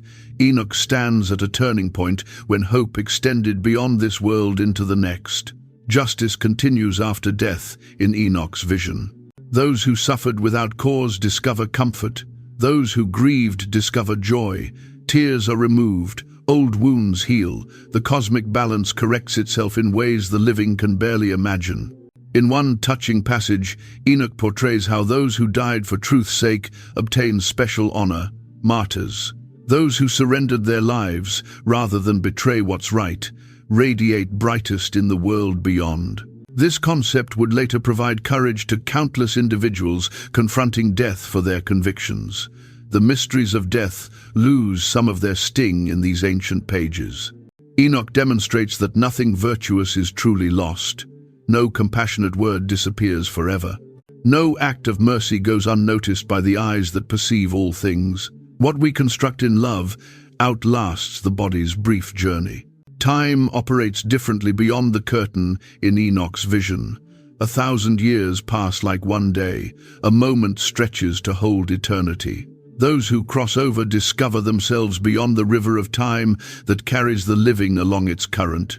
Past, present, and future flow together there like streams joining the sea.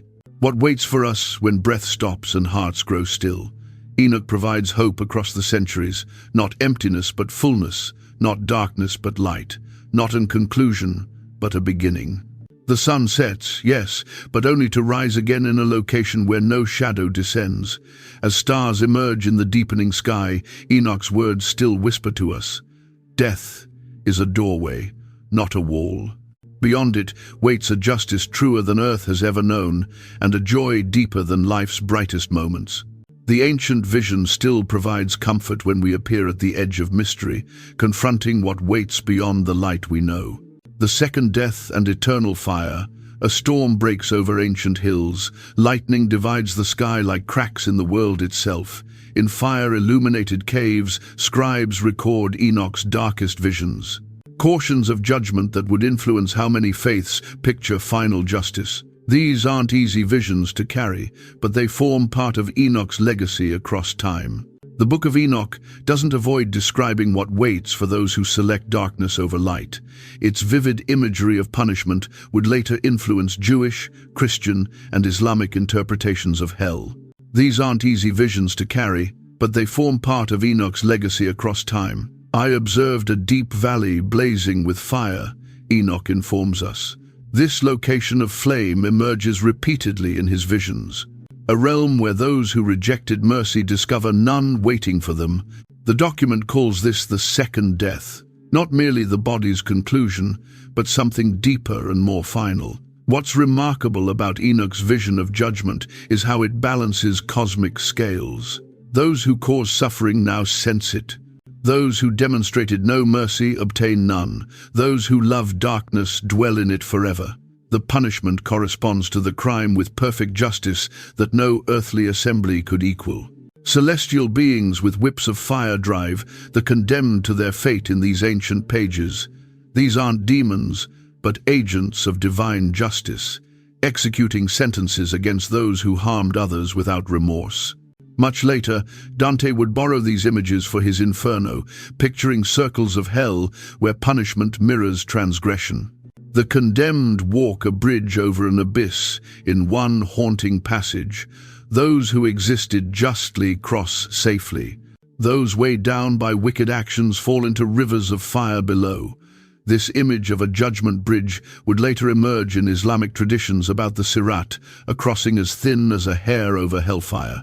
Unlike later medieval visions of torture chambers, Enoch's interpretation of punishment possesses purpose. It's not suffering for its own sake, but the natural result of decisions made in life. Those who constructed walls between themselves and others discover themselves walled off from light. Those who burned with hatred now burn in a more literal sense. The kings and the mighty confront special torment in these visions. Their power can't deliver them, their wealth purchases no comfort. Those who cause the most harm through their actions confront the harshest judgment. A caution that resonates through history to all who hold authority over others. In one remarkable passage, the condemned observe paradise but cannot reach it. They watch the joy of the righteous from afar, adding regret to their suffering. What hurts most isn't physical pain, but clear vision, perceiving at last what might have been, what they lost through their own decisions. Time itself operates differently in these realms of punishment. What senses like eternity may not be. Some passages hint at eventual mercy, fire that cleanses rather than merely destroys. Later readers would debate intensely whether Enoch's eternal fire genuinely signifies never-ending torment or something else. The Book of Enoch doesn't delight in these visions of judgment. They arrive with sorrow, with caution, with pleading for humans to select better paths while they still can. The document repeats again and again that these fates can be avoided through righteous living, through mercy demonstrated to others. What makes these passages powerful isn't solely fear, but their promise of perfect justice. In a world where the wicked often prosper and the virtuous suffer, Enoch promises that the final accounting corrects all things. No wicked action goes unseen. No harm done to others fades from the cosmic record. Rivers of fire flow in these visions, but so do rivers of mercy. Darkness possesses its realm, but it cannot overcome light. Wickedness possesses its moment, but not the final word. Even in its darkest passages, Enoch's message holds seeds of hope that creation moves toward justice through all its long unwinding. The storm passes. Rain washes the hills clean. The scribes complete their labor, recording visions both bright and dark. Enoch's words would resonate through centuries, influencing how countless individuals confront the great questions. How should we exist? What waits beyond death? Will justice arrive at last? As dawn breaks over ancient territories, the message remains. Our decisions matter. They resonate beyond the brief span of our days. What we construct with our lives, whether walls or bridges, prisons or gardens, follows us into realms where all things concealed arrive to light at last. Enoch the astronomer, the stars have always observed us. Long before we constructed tools to examine them, they directed our ships, marked our seasons, and filled our narratives, but few understood their mysteries like Enoch did. In a forgotten portion of his book exists something peculiar. Not merely narratives of celestial beings or visions of judgment, but careful notes about the sky. We call it the astronomical book, and it reveals us a side of Enoch we rarely discuss. Enoch, the sky observer. This ancient document contains one of the oldest known calendars, not simple markings of days, but a complete system for following time. Enoch inscribed how the sun moves through 12 gates in the sky. He counted the days of each month with care. He followed the moon's light as it expands and diminishes. The astronomical book wasn't merely idle stargazing.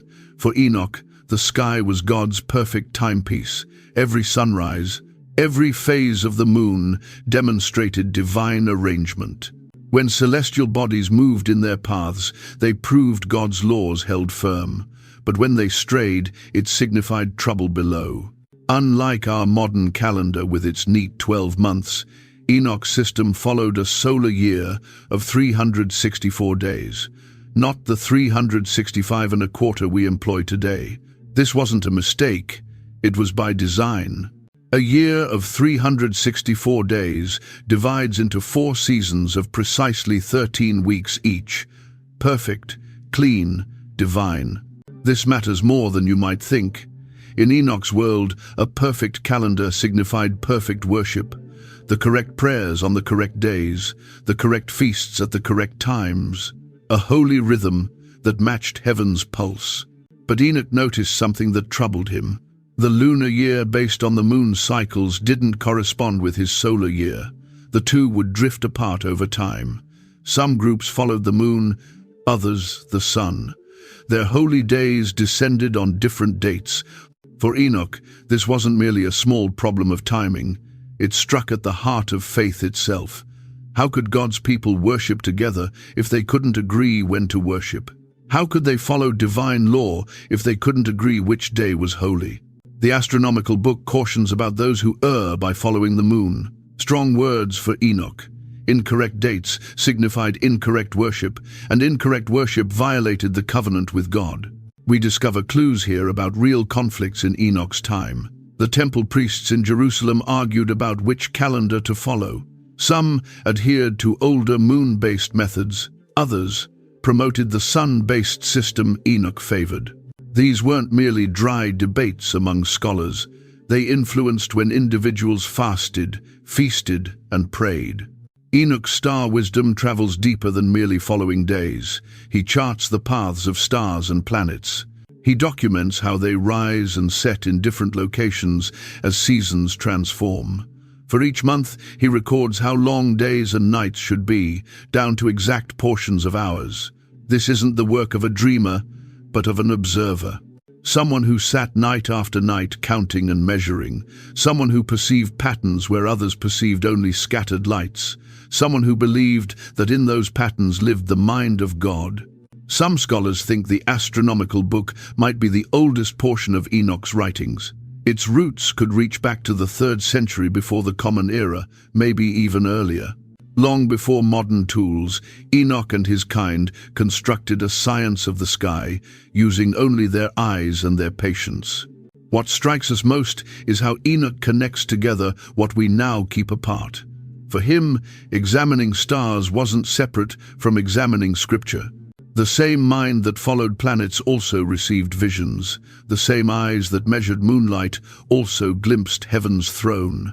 In our world we divide these things, science here, faith there. Astronomy in one chamber, theology in another. But Enoch knew no such walls. The mathematics of the cosmos and the mercy of God were threads in the same cloth. Picture him on those ancient nights, no light but the stars.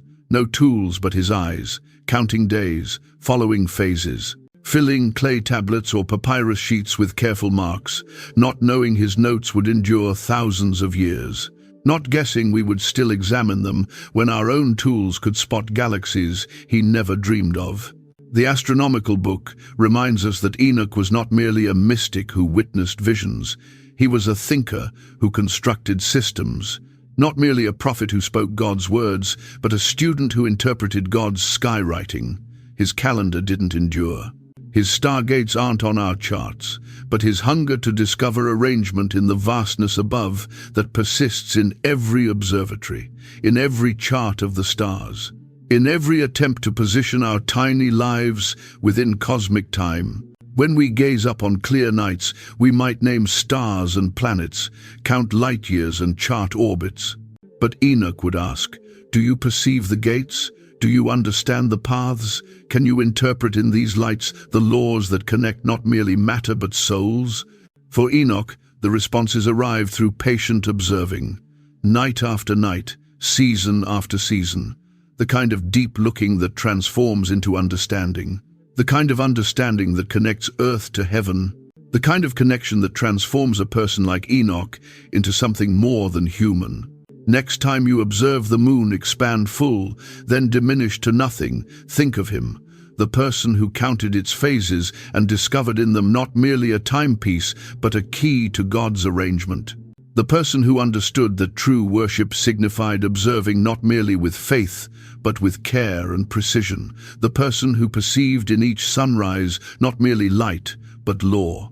Mapping heaven, the angel Uriel as tour guide. Imagine being taken by the hand and guided through the cosmos, not by a friend or instructor, but by a being of pure light. This was Enoch's fate when the celestial being Uriel became his guide to heaven's mysteries. Uriel signifies light of God or fire of God. Among the celestial beings, he stands out as the keeper of understanding, the master of cosmic truths. Of all heaven's beings, Uriel was selected to demonstrate to Enoch how the universe operates. Their journey commences at the edge of our world. Uriel indicates the sun and instructs Enoch to observe closely. The sun doesn't merely rise and set by chance. It moves through gates in the dome of the sky, 6 gates in the east where it rises, 6 gates in the west where it sets. Look, Uriel might have stated, in summer the sun employs the northernmost gates, in winter the southernmost ones. This is why days expand long, then short, then long again. Simple facts to us, but deep truths to Enoch. Each gate marked not merely a location, but a time, a season, a call to plant or harvest, a day to fast or feast. The sun's path informed humans when to act and when to wait. But Uriel demonstrated more than merely the sun's road. He charted the winds, 4 great winds from 4 gates, each with its own assignment, winds that brought heat or cold, winds that carried rain or kept it away, winds that blessed crops or cursed them with drought. Pay attention, Uriel might have cautioned. When these winds stray from their gates, trouble arrives to earth. They must maintain their proper paths, just as humans must maintain God's law. In Enoch's cosmos, nothing moves by chance. Each star possesses its position, each planet its path. The whole sky rotates like a great wheel around God's throne. When things shift from their established course, it's not a mere change in weather, it's a crack in creation itself. One of the strangest portions of Uriel's tour arrives when he demonstrates to Enoch where stars travel to die. Yes, in this ancient interpretation, stars can transgress just like humans. Stars that violate God's law are cast down into a deep pit. There they burn but provide no light. They suffer but no one observes their flames. The stars you no longer observe in the sky, Uriel explains, were not merely extinguished, they were judged, cast out. They serve now as signs of what occurs to those who stray from sacred paths. This peculiar concept, fallen stars as fallen celestial beings, blurs the line between science and spirit. For Enoch, there was no such line. The physical laws of the cosmos and the moral laws for humans flowed from the same source, violated the same way, were corrected by the same hand. As the tour continues, Uriel demonstrates to Enoch 12 great mountains made of precious stones. These aren't hills you could climb on earth, they're the pillars that support heaven's dome, made of gold and silver, ruby and jade, the bones of the universe dressed in light. Then arrive the great waters. Not merely seas we sail, but cosmic oceans above and below the world. Waters held back by God's word alone, the same waters that once broke loose in Noah's flood, the same waters that could conclude all things if God willed it. These are not merely waters, Uriel might have stated. They are God's judgment held in restraint for now. Respect them as you would respect the edge of a great cliff. Through it all, Enoch inscribes what he observes. Not sketching charts as we would, but documenting paths and times and seasons. His book becomes a traveler's guide to locations no human eye has witnessed.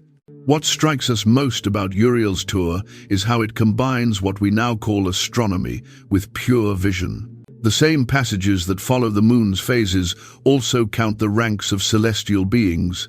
The same words that chart the sun's path also mark the roads to paradise and punishment. For Enoch and Uriel, the stars were more than burning gas. They were living lights. The wind was more than moving air. It was the breath of purpose. The gates of the sky were genuine doors that opened and closed by divine design. In our time, we've divided these interpretations. Science peers through telescopes while faith looks through scripture. But in Enoch's world, the book of nature and the book of God told one narrative in different words. Uriel's name hints at his role, light of God. He brings light not merely as brightness, but as knowing, as perceiving what was concealed. He demonstrates to Enoch not merely how things move, but why they matter. Their journey transports them to the edges of the world, to locations where light and dark are born, to the storerooms where God keeps snow and hail, waiting to be employed as weapons or blessings, to the very throne from which God governs both atoms and celestial beings. Through Uriel's eyes, Enoch perceives that the cosmos is not vast and empty, as we might think. It's packed with purpose, filled with eyes that observe and hands that direct. There are no dead spaces in this universe, no locations where God's law doesn't reach. When the tour concludes, Enoch returns to earth. But he's no longer merely a person who walks the ground. He's become a person who understands the sky mysteries, a person who has witnessed the mechanisms and levers of creation, a person who comprehends that each sunrise is not merely light breaking through, but a door swinging open. The charts he brings back aren't drawn on paper, they're inscribed in words that combine fact and vision, science and song. They inform us not merely where things exist in space, but what they signify in God's design. Today's charts mark roads and rivers. Enoch's chart marked moral paths through the stars. Today's science measures light years and orbits. Enoch's understanding measured the distance between human acts and divine will. And at the center of this cosmic chart stands Uriel, the celestial being of light who demonstrates that true perceiving isn't merely about sharp eyes, it's about an open heart. A mind prepared to discover meaning in each star's path, each season's rotation, each gate that opens to permit God's light through. When we gaze up at night now, we might name stars and planets, count light years and chart orbits, but Enoch would ask, do you perceive the gates? Do you understand the paths? Can you interpret in these lights the laws that connect not merely matter but souls? The firmament and the abyss. Between earth and stars stretches a vast blue dome. We call it sky. Enoch called it the firmament, not merely empty space, but a solid barrier, a wall between our world and what exists beyond. In Enoch's cosmos, this dome wasn't constructed of nothing. It was genuine, firm. You could contact it if you flew high enough. Made of crystal waters frozen hard by God's word, a ceiling above our heads, a floor beneath heaven's feet. As Enoch's journey with Uriel travels deeper, we observe a universe constructed in layers, like a dwelling with many floors. Earth sits at the bottom. The firmament forms the first ceiling. Above that dwell the stars and planets. Higher still, the celestial being's realm. And at the very top, God's throne chamber. This wasn't merely how Enoch perceived things. It was how most ancient individuals pictured the world. Not a planet rotating in space, but a flat location with depths below and heights above. A middle ground between the highest good and the lowest dark. Uriel demonstrates to Enoch the edges of this world disk, locations where the firmament meets the ground. There stand great pillars that support the sky, mountains so high they pierce the dome. Their peaks contact realms no living human observes. These are the posts of heaven, Uriel might have stated, the joints where God's upper world meets humanity's lower one. At these edges, Enoch observes rivers of fire. Not like our streams that flow with water, these flow with light itself, with raw power that feeds the stars. These rivers don't run down to the sea, they run up to God's throne. Then Uriel indicates downward. Below Earth's crust exists another realm. Not heaven, but its dark twin, the abyss. A location of shadow and cold, of empty winds and starless night. Here dwell the souls awaiting judgment. Here burn the fallen stars, providing heat but no light. The abyss possesses its own gates, its own guards, its own laws. Not a location of pure wickedness, as later interpretations would paint it. More like a waiting chamber for the lost, a pause between life and final fate. This chart of all that exists, from abyss to throne, demonstrates more than merely locations. It demonstrates ranks of being. Earth sits in the middle, not by chance, but by design. Humans dwell at the crossroads of all realms, not the highest beings, not the lowest, but the ones who must select which way to look, up toward light or down toward dark.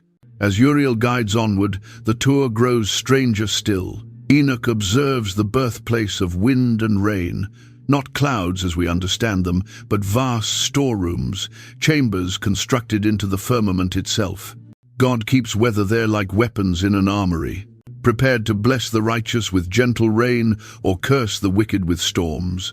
Observe there, Uriel indicates, the gates where hail waits, and there where snow piles high, all held back by God's word. All prepared to descend when he communicates. Then arrive the strangest sights of all, mountains unlike any on earth, some made of dark mist that never clears, some constructed of fire that never goes out, some formed from crystals that catch and bend heaven's light. These aren't locations you could mark on any chart. They exist between the worlds we understand, neither fully in heaven nor quite on earth. Bridges between what we observe and what we seek. Through it all runs a single theme: arrangement. Nothing in Enoch's cosmos occurs by chance. No star moves without purpose. No wind blows without aim. The whole vast dwelling of being follows a design established before time commenced. This vision of cosmic arrangement provided comfort in a world that often sensed like disorder. When kings wared and nations fell, Enoch could gaze up and observe God's hand still directing the stars. When famine struck or disease multiplied, he could trust that even these dark times fit a pattern too vast for humans to grasp. But the cosmos Enoch charts isn't frozen in position. It moves, breathes, lives. Stars are born and stars die. Winds rise and winds calm. The gates of heaven open to permit divine will through. The pits of the abyss yawn to swallow what descends from grace. It's a living dwelling, a breathing world. Not a machine that operates without mind, but a garden tended by its creator's hand. Perhaps the strangest portion of Enoch's cosmic tour arrives when he observes the very edge of things, the location where being meets nothing, where God's word has shaped reality, and beyond which exists only void. Here stand celestial beings whose assignment never concludes. They maintain the boundary between what exists and what isn't.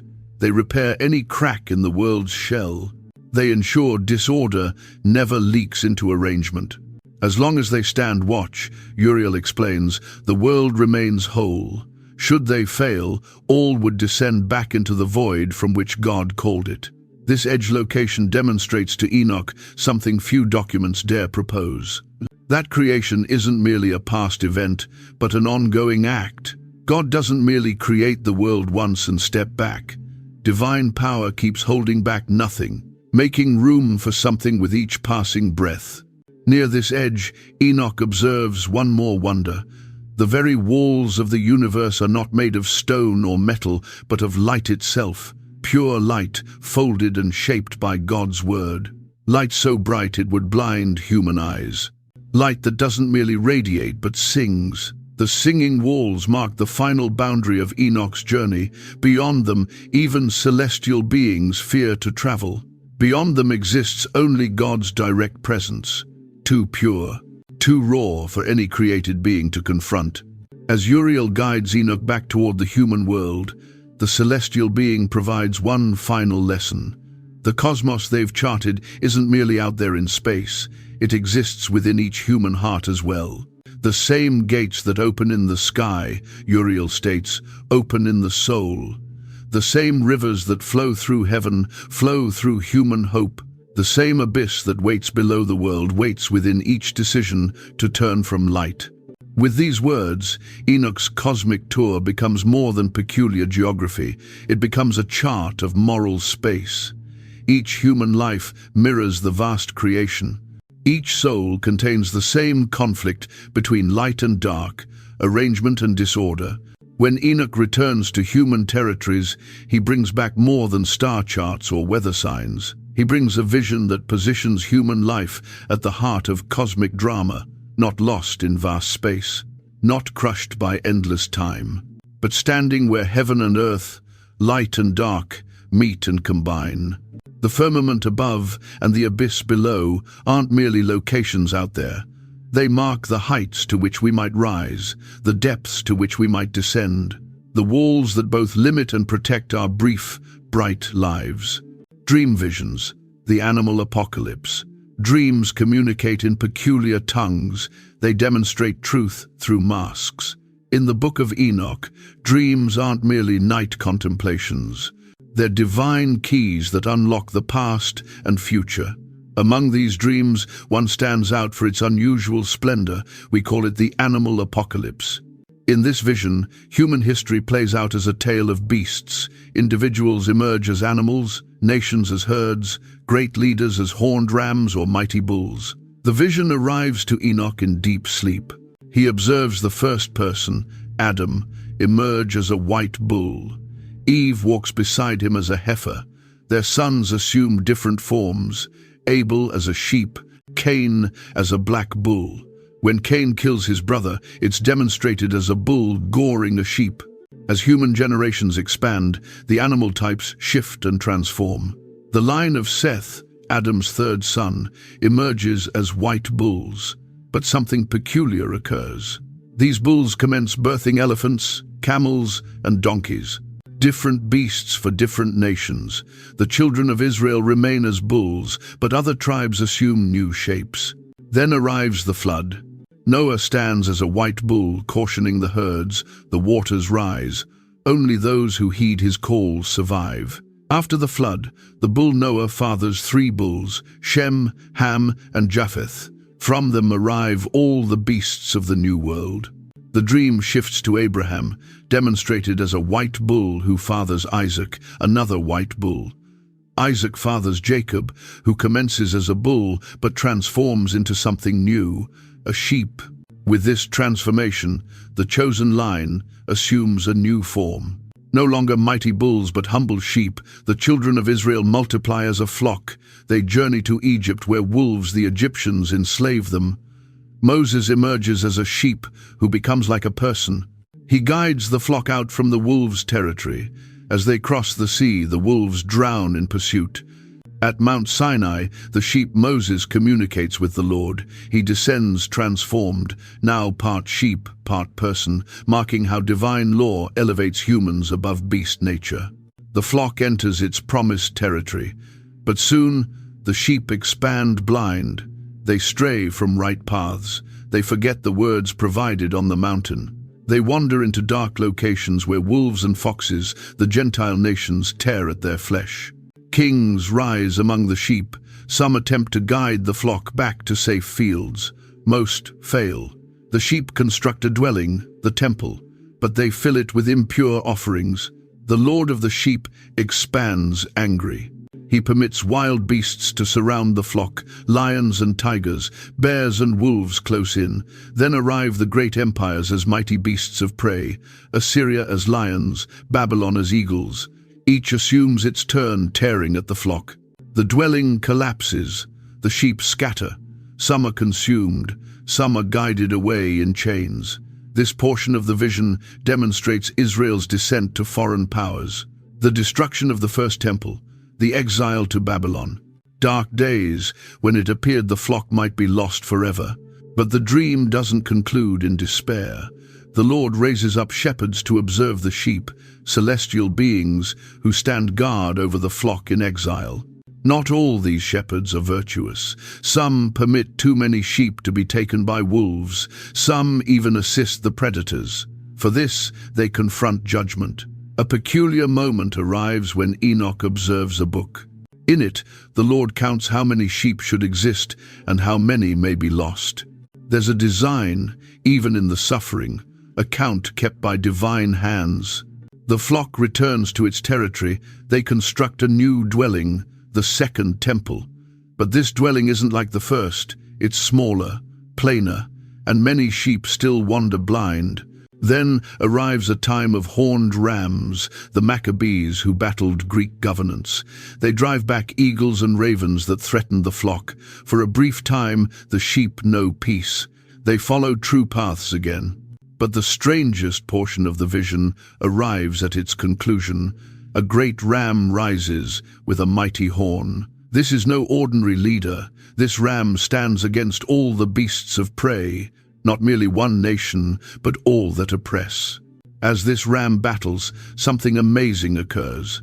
The sheep commence transforming. Their eyes open, their wool turns white, their nature shifts. They become rams too, with horns to defend themselves. The prey becomes like the defender. Then arrives the final sign. A great bull with black legs emerges. All beasts flee from his path. All sheep, now transformed to rams, bow before him. This isn't merely a king or prophet. This is the Messiah figure arriving to transform the world.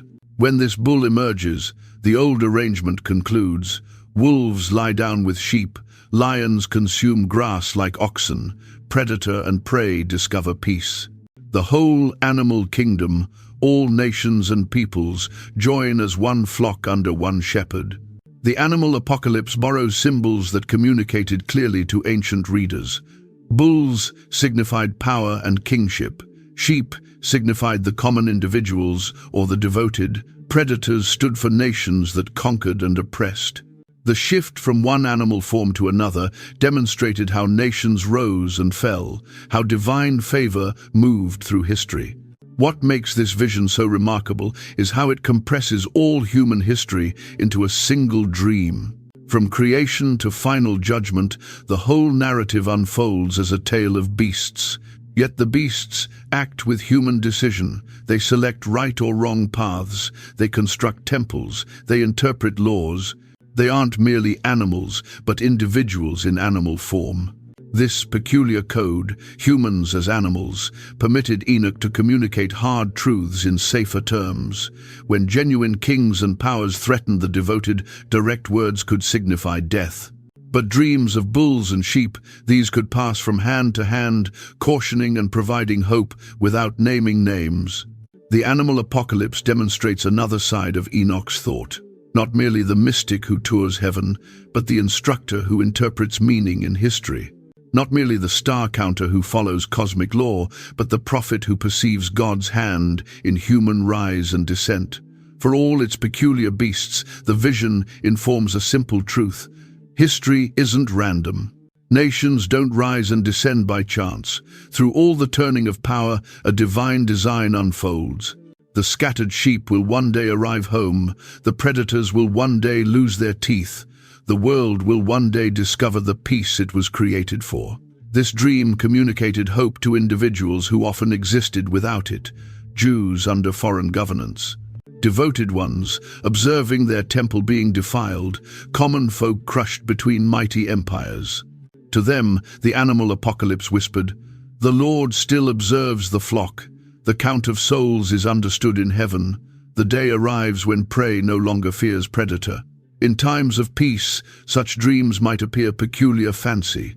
But in dark days, when genuine wolves howled at the door, Enoch's animals communicated more truth than any plain history could inform. Dream visions too, the great white bull. The dream continues. The beasts still communicate their silent tales. But now the vision shifts toward its conclusion, toward hope after long dark. As the animal apocalypse reaches its final scenes, a figure emerges that stops all others in their tracks. A great white bull with huge black horns. Power flows from him like light. When he calls, all beasts, prey and predator alike, turn their heads to listen. This is no common king or prophet. This is the Messiah figure, the one who arrives at the conclusion of days to create all things new. In some Jewish documents, he's called the Son of David, in others, the Anointed One. Here in Enoch's dream, he assumes the form first provided to Adam, a white bull, but greater still. When this white bull walks onto the field of history, transformation ripples out from his steps.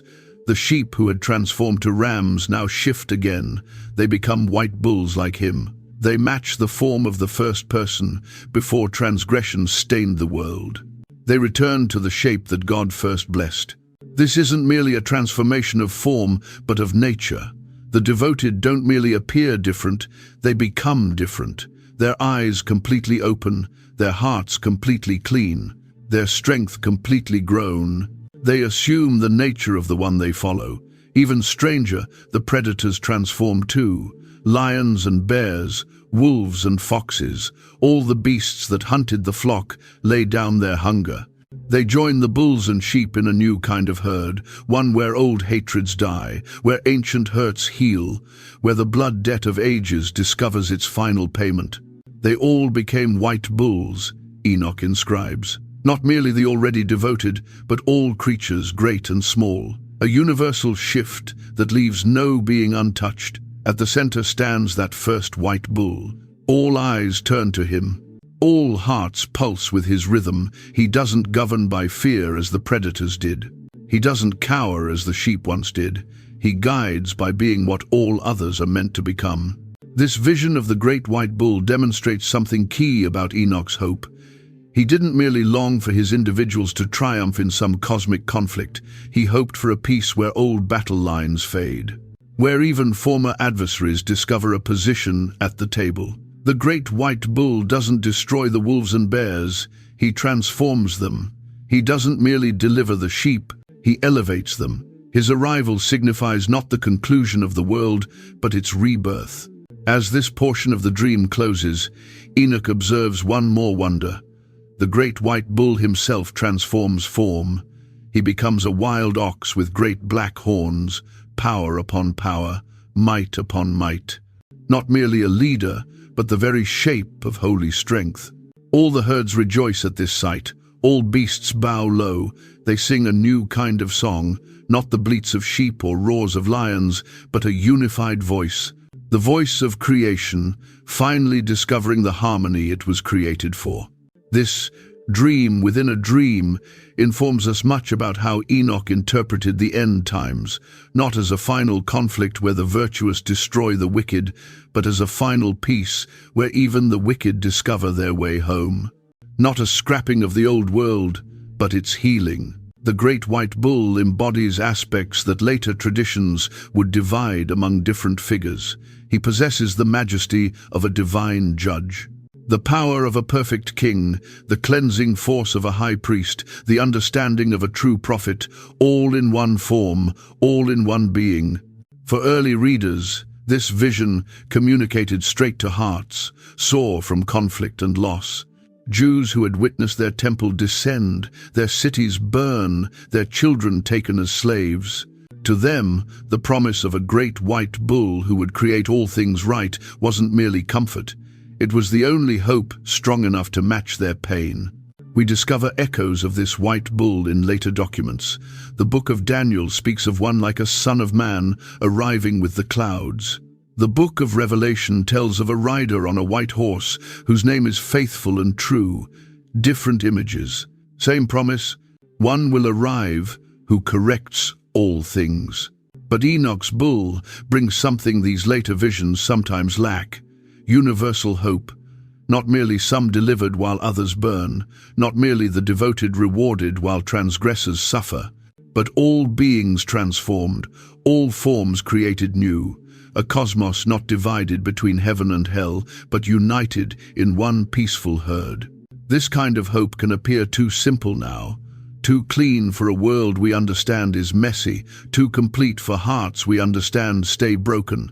But perhaps that's precisely why Enoch's dream has lasted.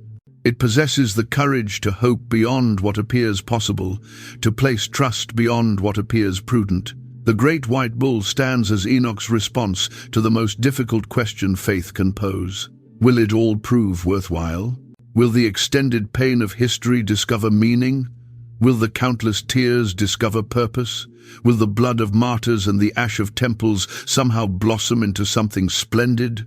Enoch's response radiates clear: yes, 1,000 times, yes, all tears removed, all wounds mended, all divisions connected, not by human hands, but by divine ones, not in our time, but in God's.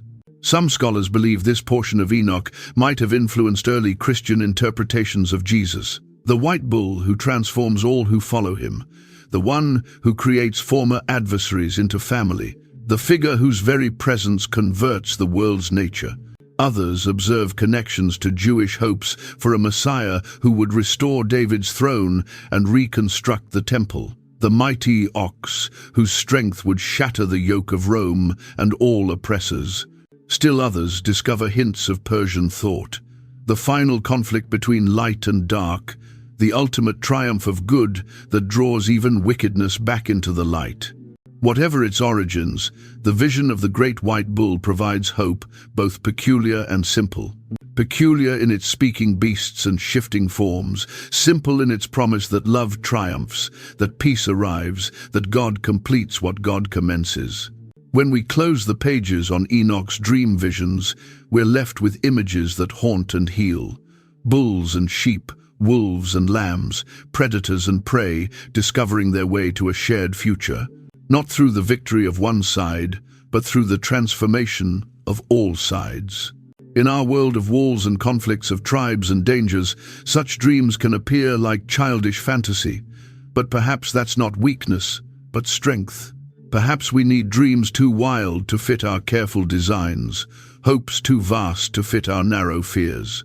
The great white bull reminds us what hope appeared like before it grew cautious, before it learned to settle for less, before it made peace with endless division. He stands in the field of history, calling all creatures to become what they were always meant to be, not through force, but through the sheer gravity of perfection, not through fear, but through the irresistible pull of love. And in that call, even now, beats the heart of Enoch's strangest, boldest dream. That one day all bulls and bears, all sheep and wolves, all beings high and low might join a single herd, might share a single nature, might sing with a single voice the song creation was created to sing. Fallen stars and wandering planets, night descends over the ancient world. Look up at the sky with me. Those points of light were more than merely stars to our ancestors. They were living beings with purpose and will. In the Book of Enoch, stars aren't simply balls of gas burning billions of miles away.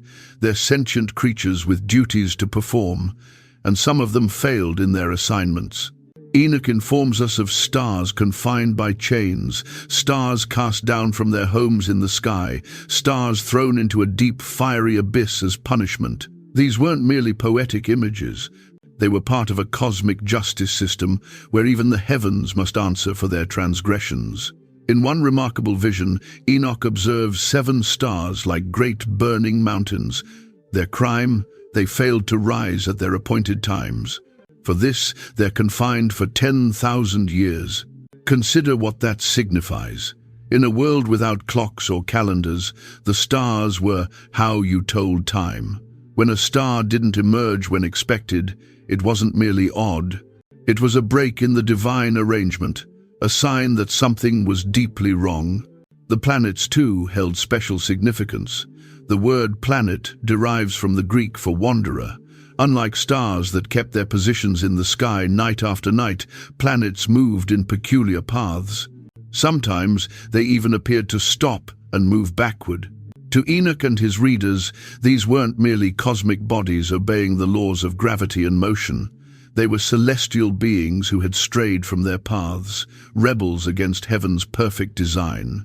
When Uriel demonstrates to Enoch the prison for fallen stars, he portrays it as a location chaotic and terrible, a void where light itself is punished with darkness. This is cosmic balance at work. Those made of light must confront the absence of light as their judgment.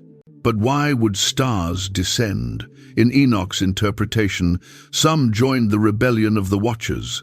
Like the celestial beings who came to earth, these heavenly beings had roles to perform, stations to maintain. Their wandering wasn't merely physical, but moral. This interpretation of stars and planets influenced how individuals interpreted the night sky for centuries. A comet wasn't merely a natural event. A blood moon wasn't merely an eclipse. These were signs, warnings, messages from beyond.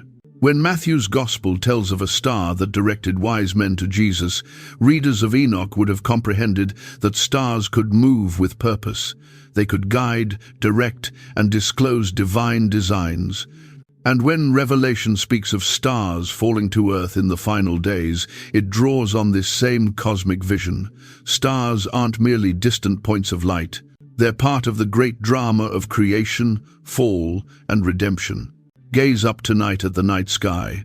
Those pinpricks of light possess stories to share. Stories of duty and failure, of punishment and redemption. Stories inscribed in the language of light and dark, motion and stillness. In Enoch's world, everything in creation possessed its proper position, its time to shine, its path to follow. And when something stepped out of line, whether celestial being, human, or star, the universe itself would labor to correct things. The stars descended, but in their descent, they instruct us about our own paths, our own duties, our own need to remain true to the course established before us. For in Enoch's cosmos, nothing descends forever. Even the stars will one day be restored to their rightful position in the heavens. Enoch's heavenly scrolls. Words possess power, they shape worlds.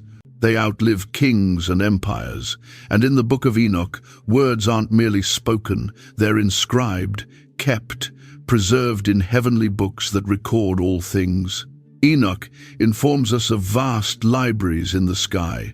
Books that contain the actions of all who've ever existed. Books that follow the paths of stars and the flights of birds. Books that count each drop of rain that descends on earth. Nothing escapes these cosmic records. No whispered secret, no concealed thought, no action accomplished in darkness. All discovers its position in what Enoch calls the tablets of heaven. When Enoch journeys through the cosmos, he meets celestial beings whose sole assignment is to write. They are the scribes of eternity. With reed, pens, and scrolls of light, they document each human life, each joy and sorrow, each birth and death. The celestial being Uriel demonstrates these records to Enoch and informs him, nothing that occurs on earth is concealed from these books. This isn't merely about judgment, it's about memory. A universe that remembers all things. In one remarkable passage, Enoch himself becomes a scribe. The celestial beings hand him a reed pen and ask him to inscribe what he's witnessed. For days, he sits and writes, filling scroll after scroll with visions and cautions. This image of Enoch as heavenly scribe remained in the thoughts of his readers.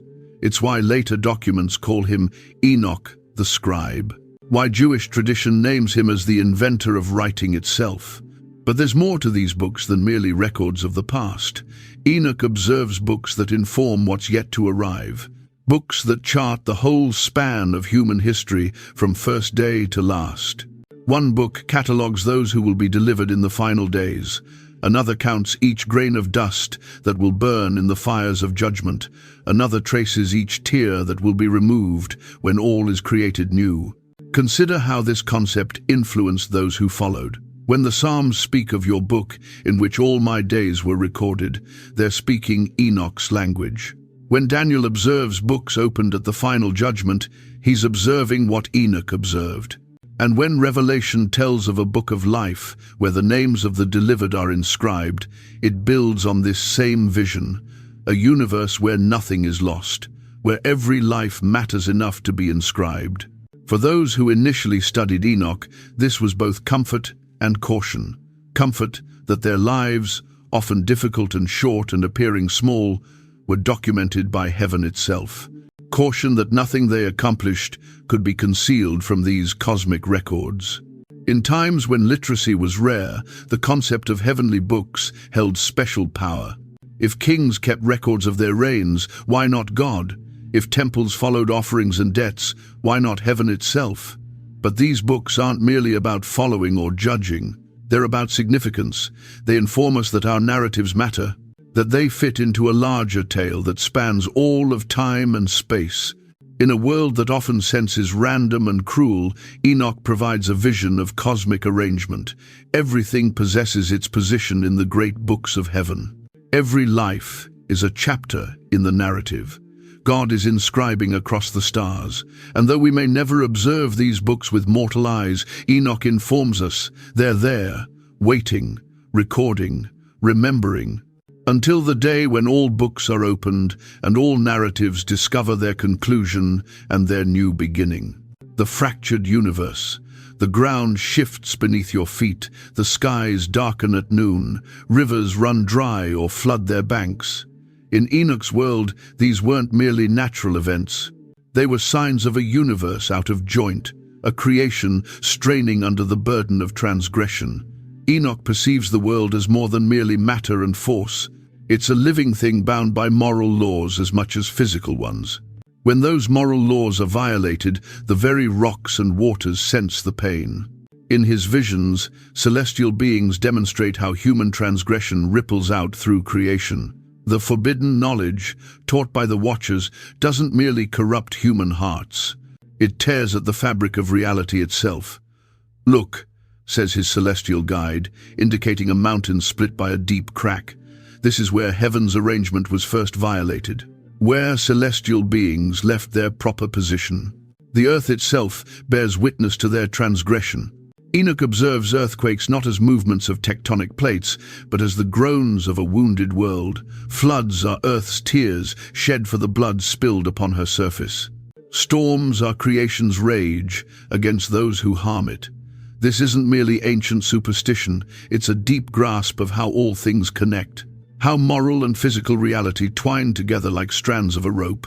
Pull one, and the other moves too. When the Watchers instruct humans to create weapons, to mine the earth for metals, to burn and cut and shape the natural world for their own purposes, they aren't merely passing on skills. They're teaching disrespect for the arrangement laid down at creation's dawn. And the world senses it. Mountains tremble, seas rise up, the very stars burn with anger at what's been accomplished below. The earth has become tilted on its axis. One celestial being informs Enoch, a stunning insight for an ancient document, as if the author perceived how the planet's tilt affects all life upon it. But in Enoch's vision, this tilt isn't merely physical, it's moral. The world's been knocked off center by the burden of transgression. Rain descends out of season, crops fail, animals turn on humans and on each other. The orderly cycles of nature break down as disorder spreads from human hearts to the wider world. In one remarkable passage, Enoch observes a future where the moon alters its course. The sun rises where it should set. The whole cosmos appears to run backward as if in protest against what's occurring on Earth. This vision of a fractured universe influences how later writers perceive the world. When Isaiah speaks of a new heaven and new earth, he's building on Enoch's sense that this world has been broken and needs repair. When Jesus speaks of signs in the sun, moon, and stars before his return, he draws on this same tradition. A universe where physical signs indicate spiritual truths, where heaven and earth mirror each other. But Enoch doesn't leave us with merely a broken world. He provides hope that what's been fractured will be created whole. The same God who positioned the stars in their courses can reset them. The same hand that shaped the mountains can heal their scars. In the conclusion, he informs us there will be new heavens where the stars never set, and a new earth that bears fruit without curse or taint, a world created right again, a cosmos healed from core to edge. Until that day, we exist in the break between what was and what will be. In a universe still groaning, as Paul would later express, like a woman in the pains of childbirth, waiting for its time of healing to arrive. Secrets of the weather, mountains, and trees. Rain descends from clouds, wind blows from the north, trees grow from seeds. Simple facts we take for granted. But in Enoch's world, these natural processes held deeper mysteries. Behind each drop of rain, each gust of wind, each budding leaf, stood celestial beings executing God's will. The Book of Enoch opens a window into a world alive with purpose, where nothing occurs by chance, where nature itself communicates a language, if only we understood how to listen. As Enoch travels with his celestial guides, they demonstrate the storehouses of snow and hail, waiting to be released in their seasons. They indicate caverns where the winds rest until called forth. They disclose the invisible spirits that tend each growing thing. "Observe those clouds," his guide asks, indicating the horizon. They're not merely water vapor, they're living beings executing assignments given to them before time commenced.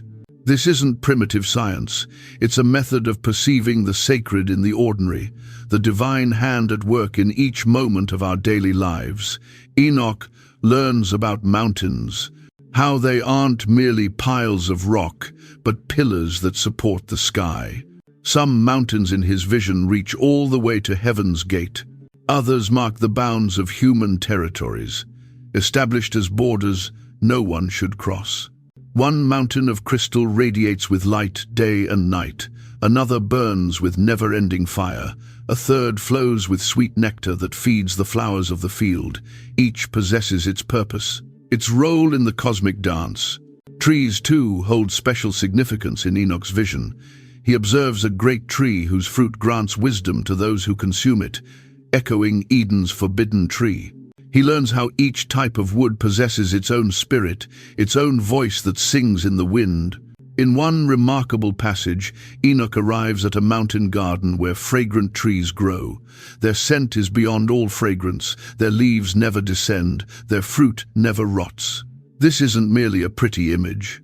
It's a glimpse of the world as it should be, as it once was, as it will be again. Weather patterns disclose heaven's moods in Enoch's cosmology. Thunder isn't merely sound waves. It's the voice of celestial beings calling to each other across the sky. Lightning isn't merely electrical discharge. It's the flash of celestial swords as heaven's armies drill for the final conflict. When rain descends in its proper season, it's a sign of God's pleasure with human actions. When drought arrives, it's because the rain, celestial beings hold back their gifts in sorrow over human transgression. This interpretation of nature influenced how individuals interpreted the world for centuries. When Jesus calms a storm with a word, his followers perceive more than merely control over weather. They perceive him communicating the language of those weather celestial beings, commanding the spirits of wind and wave. When Revelation pictures trees whose leaves are for the healing of the nations, it draws on Enoch's sense that plants possess roles beyond merely feeding and sheltering us. They're partners in the great work of mending what's been broken. This isn't about worshipping nature, it's about perceiving beyond nature to its source, about tracing each raindrop, each breeze, each leaf back to the hand that first positioned the world in motion. In our world of weather satellites and botanical encyclopedias, we can miss what Enoch observed, the wonder behind the science, the why behind the how, the face behind the mask of physical law. Gaze out your window. That tree stretching its branches toward the sky, that cloud casting its shadow on the hills, that wind rustling through the grass. In Enoch's world, they're more than what they appear. They're pages in the great book of creation, telling a narrative to those with eyes to perceive and ears to hear. Time, fate, and the cycles of history. Time flows like a river, but where does that river commence? Where does it conclude? And who charted its course from source to sea? These are the questions Enoch poses as celestial beings guide him through heaven's chambers. In one chamber, he observes giant rotating wheels of light, cosmic clocks marking off the ages of Earth. In another, he discovers books where each day of human history is inscribed from first light to final sunset. Time isn't what you think, his guide informs him. It doesn't merely move forward, it moves in cycles like the seasons, like the stars in their courses. What has been will be again. What is approaching has already been. This interpretation of time influences all of Enoch's visions. He doesn't merely observe the past or glimpse the future. He observes how they're connected together, how they echo and mirror each other across the vast spans of history. Through celestial eyes, Enoch learns that time possesses texture. Some moments are thin, where heaven and earth barely contact. Others are thick with significance, where the curtain between worlds grows so thin that celestial beings walk among humanity. He observes how human history divides into ages, not by chance, but by design. Each age possesses its purpose, its lesson to instruct, its part in the great narrative God is telling through time. First arrived the age of creation and wonder, when the world was new and humans walked with God in the cool of the day. Then the age of growth and descent, when knowledge increased but wisdom failed. Next arrived Enoch's own age, a time of both great wickedness and great revelation, when celestial beings descended but heaven opened its mysteries to those with eyes to perceive. Beyond his own time, Enoch observes the age of cleansing flood, then the age of covenant and law, then times of kings and prophets, of exile and return, and far beyond those ages he glimpses what's to arrive, an age when heaven's king walks earth in human form, an age of spreading light, an age of growing darkness, and finally an age of judgment and renewal, when time's river reaches the sea of eternity. This isn't merely about charting history, it's about discovering significance in its patterns, about perceiving that nothing occurs by chance, that all things work together toward a conclusion only heaven can completely observe. In one remarkable vision, Enoch observes time as a vast loom. Celestial beings weave the threads of human lives and decisions into a tapestry whose complete pattern only God can perceive. We glimpse merely our small corner of the design, but each thread matters. Each life adds color and texture to the whole. This vision of time as both fixed and flowing influences how later writers perceive history. When Daniel charts the rise and descent of empires, he builds on Enoch's cosmic timetable. When John writes in Revelation about things that must happen soon, he's walking in this very same tradition. For the first people who read Enoch, this perspective on time offered both reassurance and a call to action. Reassurance that their short lives were part of something bigger, a challenge to live as though every moment carries weight in heaven's eyes. In a world that frequently seemed chaotic and unjust, Enoch provided a peek behind the curtain, a feeling that what looked like historical disorder actually had a deeper structure, that the river of time, despite all its bends and rough waters, flows toward an ocean already familiar to God. In our modern era, we typically view time either as an arrow pointing forward or as an endless circular pattern. Enoch hints at something different, both at once. A spiral that moves forward while also circling back, each revolution both novel and recognizable. Each era both original and reminiscent of what's come before. Think about your own journey through life. Consider the recurring patterns, the pivotal moments that shifted everything. Through Enoch's lens, none of it happens by chance. Every bit of it has significance. Every piece threads into a narrative greater than any individual existence. Yet that narrative remains unfinished without each person's contribution. Time continues its flow. The celestial wheels keep turning. The great loom of the ages weaves its design, thread by thread, life after life. And though our vision remains clouded for now, Enoch holds out the promise of a coming day when time's complete meaning will be laid bare, when we'll perceive not merely our tiny fragment of the design, but the entire magnificent tapestry, the Epistle of Enoch. The atmosphere becomes hushed as we arrive at the concluding portion of Enoch's ancient manuscript. Here, in these weathered pages, the old patriarch addresses us directly across the centuries, not as a mystical observer of heaven's chambers, but as a father anxious about the future of his children. The epistle represents a change in voice.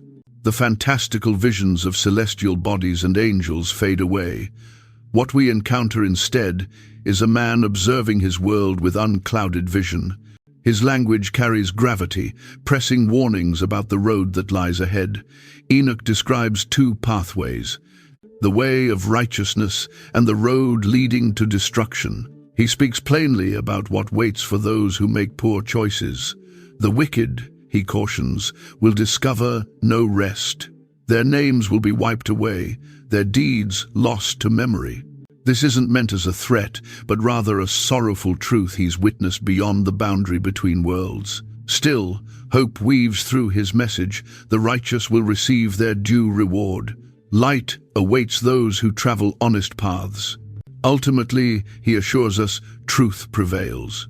What distinguishes the epistle is how it connects two different worlds. It speaks simultaneously to Enoch's own era and to ours. The cautions about greed, deception, and the misuse of power remain relevant in our time. Scholars observe how the epistle appears drawn from an even more distant past. Its manner echoes the ancient wisdom literature, books like Proverbs and Ecclesiastes. Yet it also extends forward, containing hints of what would eventually develop in Christian and Jewish moral teaching. Enoch's instructions to his son Methuselah carry an unexpectedly contemporary feel. Take these words into your heart. Understand that every human action is measured. In our time of quick solutions and even quicker gains, his appeal to consider beyond our brief lives strikes powerfully. The epistle builds on earlier foundations. Within it, we detect echoes of the two paths teaching, a moral framework shared across ancient civilizations. Select life or death, illumination or shadows, the ascending way or the descending one. The decision, Enoch tells us, always belongs to us. What affects readers most profoundly is the genuine emotion. This isn't detached moralizing. It's a person who has seen through the veil separating worlds, observed the great turning wheel of years, and returned deeply affected by what lies ahead. His voice carries the burden of knowing more than he wishes. The manuscript flows with striking warnings. Woe to those constructing their homes on falsehoods. Woe to those corrupting justice. Woe to those defrauding their neighbors. Each declaration of woe falls like a hammer striking stone, reverberating across the ages. Nestled between these harsh warnings lie precious gems of hope. The ways of peace will be revealed to the righteous. Wisdom pours forth like water for those hungering for truth. These aren't merely pleasant phrases, they're lifelines cast to readers overwhelmed by difficult times. When Enoch mentions the books of the living, he's drawing from a profound well of human yearning.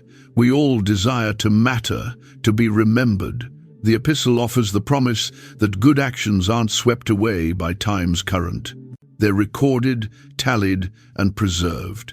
In its closing passages, the epistle moves from personal virtue to universal justice, from everyday decisions to ultimate consequences.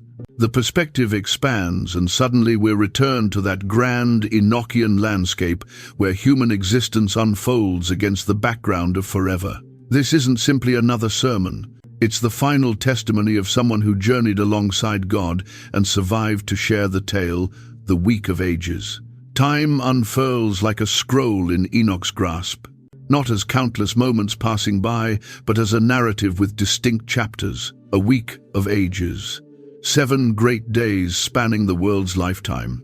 This understanding of time influenced how innumerable believers would interpret history, not as disconnected events, but as a deliberate plan unfolding stage by stage toward an ultimate purpose. The opening day in this cosmic week brings creation into bloom. Adam traverses the garden. The world is fresh and brimming with promise. The second day sees sin infiltrate the story. The brilliant start grows dim. Humanity strays from God's way and discovers thorns where blossoms previously grew. The third day brings Abraham hearing a voice in the darkness, a covenant established, a people selected to carry light through shadowy periods. The promise plants its roots. The fourth day witnesses Moses guiding enslaved people toward freedom. Divine law carved in stone. The wilderness transforms into a schoolhouse where a nation discovers how to walk with the divine. The fifth day arrives with monarchs and prophets, temples ascending. The chosen people discover their voice, their territory, their purpose. Yet darkness gathers at the boundaries. The sixth day brings exile and homecoming, difficult lessons absorbed in foreign territories. The temple reconstructed, though more modest now. Hope mingled with grief, awaiting what follows next. The seventh day promises rest and recompense for those maintaining faith, a Sabbath for the world following its extended labor. In certain interpretations, this becomes the messianic period when injustices are corrected and peace flows abundantly. Yet Enoch's vision extends beyond this. Past the 7 days awaits an 8th day, a fresh beginning outside time's constraints, the everlasting morning following history's long week. This pattern resonates through religious philosophy. We discover it in Jewish mystical traditions, in early Christian manuscripts, in medieval monks mapping time's progression. Each draws from Enoch's compelling image of history as a purposeful week. For the worried listener in ancient days, this provided reassurance. Today's difficulties fit within a broader design. The narrative has an author. The suffering holds meaning within the plot. Each age in Enoch's week possesses its own character, its own mission. No period endures permanently. Transformation arrives, anticipated or not, but throughout it all runs a golden strand of significance. History isn't merely one occurrence following another. It's a narrative advancing toward its concluding chapter. Contemporary readers might find such tidy organization of time's disorder amusing. Our understanding of history leans toward chaos theory. Minor causes yielding massive results, no master blueprint. Yet something within us still responds to Enoch's week of ages. We desire time to possess meaning. We hope our chapter contributes to the larger narrative. What stands out most is how this ancient manuscript captured so much accurately. It perceived history as simultaneously cyclical and progressive. It grasped that different eras possess distinct characteristics, defining moments that influence everything afterward. It recognized that time feels different depending on your position within its flow. When Enoch declares that one day with God equals 1,000 years, he's addressing time's peculiar elasticity. Clock time, compared to soul time, the distance between how we measure moments and how we live them. During dark periods, the week of ages offered hope. This difficulty will also pass. During proud periods, it brought humility. Your day represents just one of 7. For people existing under foreign domination, whether Romans, Babylonians, or Greeks, the message rang clearly. Tyrants are merely a passing shadow in God's endless sky. The 7 ages structure continues shaping how many perceive the world currently. From prophets of doom counting omens to regular people sensing an era's conclusion, we adopt Enoch's perspective without recognizing its origin. Perhaps most impactful is the 8th day's promise. Following all the effort, a fresh start awaits. After the complete week of human struggle arrives something entirely different. Something superior to simple rest. A renewed creation. Final fate of souls. What occurs when we die? This question haunts every human heart. In Enoch's vision, death isn't the conclusion, but rather a doorway. His response unfolds through vivid scenes. Souls assembled in enormous holding spaces, awaiting the final day. Not one destiny for everyone, but multiple chambers in death's dwelling. The righteous discover sweet rest in rooms filled with light. Their souls shine like lamps in a peaceful room. They wait in tranquility, held in gentle darkness like seeds awaiting spring. For others, darker chambers await. Souls of the wicked experience no peace. They wander through shadows, already sampling the judgment approaching. Not torture, not yet, but the increasing weight of truth. Between these definite fates exist countless shades of uncertainty, those who stumbled yet persevered, those who committed wrongs yet sought redemption, those who never encountered wisdom's voice at all. For these, Enoch perceives intermediate chambers, spaces of waiting and development. What renders Enoch's vision so remarkable is its combination of justice and compassion. Nobody evades the scales of truth. Yet, no destiny is confirmed until the final day breaks. Hope persists, even in death's corridors. The manuscript describes deep valleys where souls await judgment, of records where every action is documented, of angels who escort the newly departed to their appropriate location. These images would subsequently shape how countless individuals envision the afterlife. Enoch doesn't merely inform us what happens beyond death, he demonstrates why it matters in the present. Each decision we make adds substance to our soul. Each act of kindness or cruelty forms who we'll become when our body fails. For ancient readers, this wasn't theoretical theology. It was pressing information. Your brief existence casts an extended shadow. Your decisions resonate beyond the grave. Nothing gets lost or forgotten in the eyes observing from beyond time. The soul's journey doesn't conclude at death. Enoch describes a complex progression: examination, rest, and preparation. Some souls require purification like gold in flame. Others already radiate, needing only to await the new world's arrival. 4 dwelling locations appear in Enoch's vision. 1 for the righteous departed, brilliant as noon. 1 for transgressors who escaped punishment during life, a place of accounting. 1 for souls whose bodies were refused proper burial, a particular mercy for them.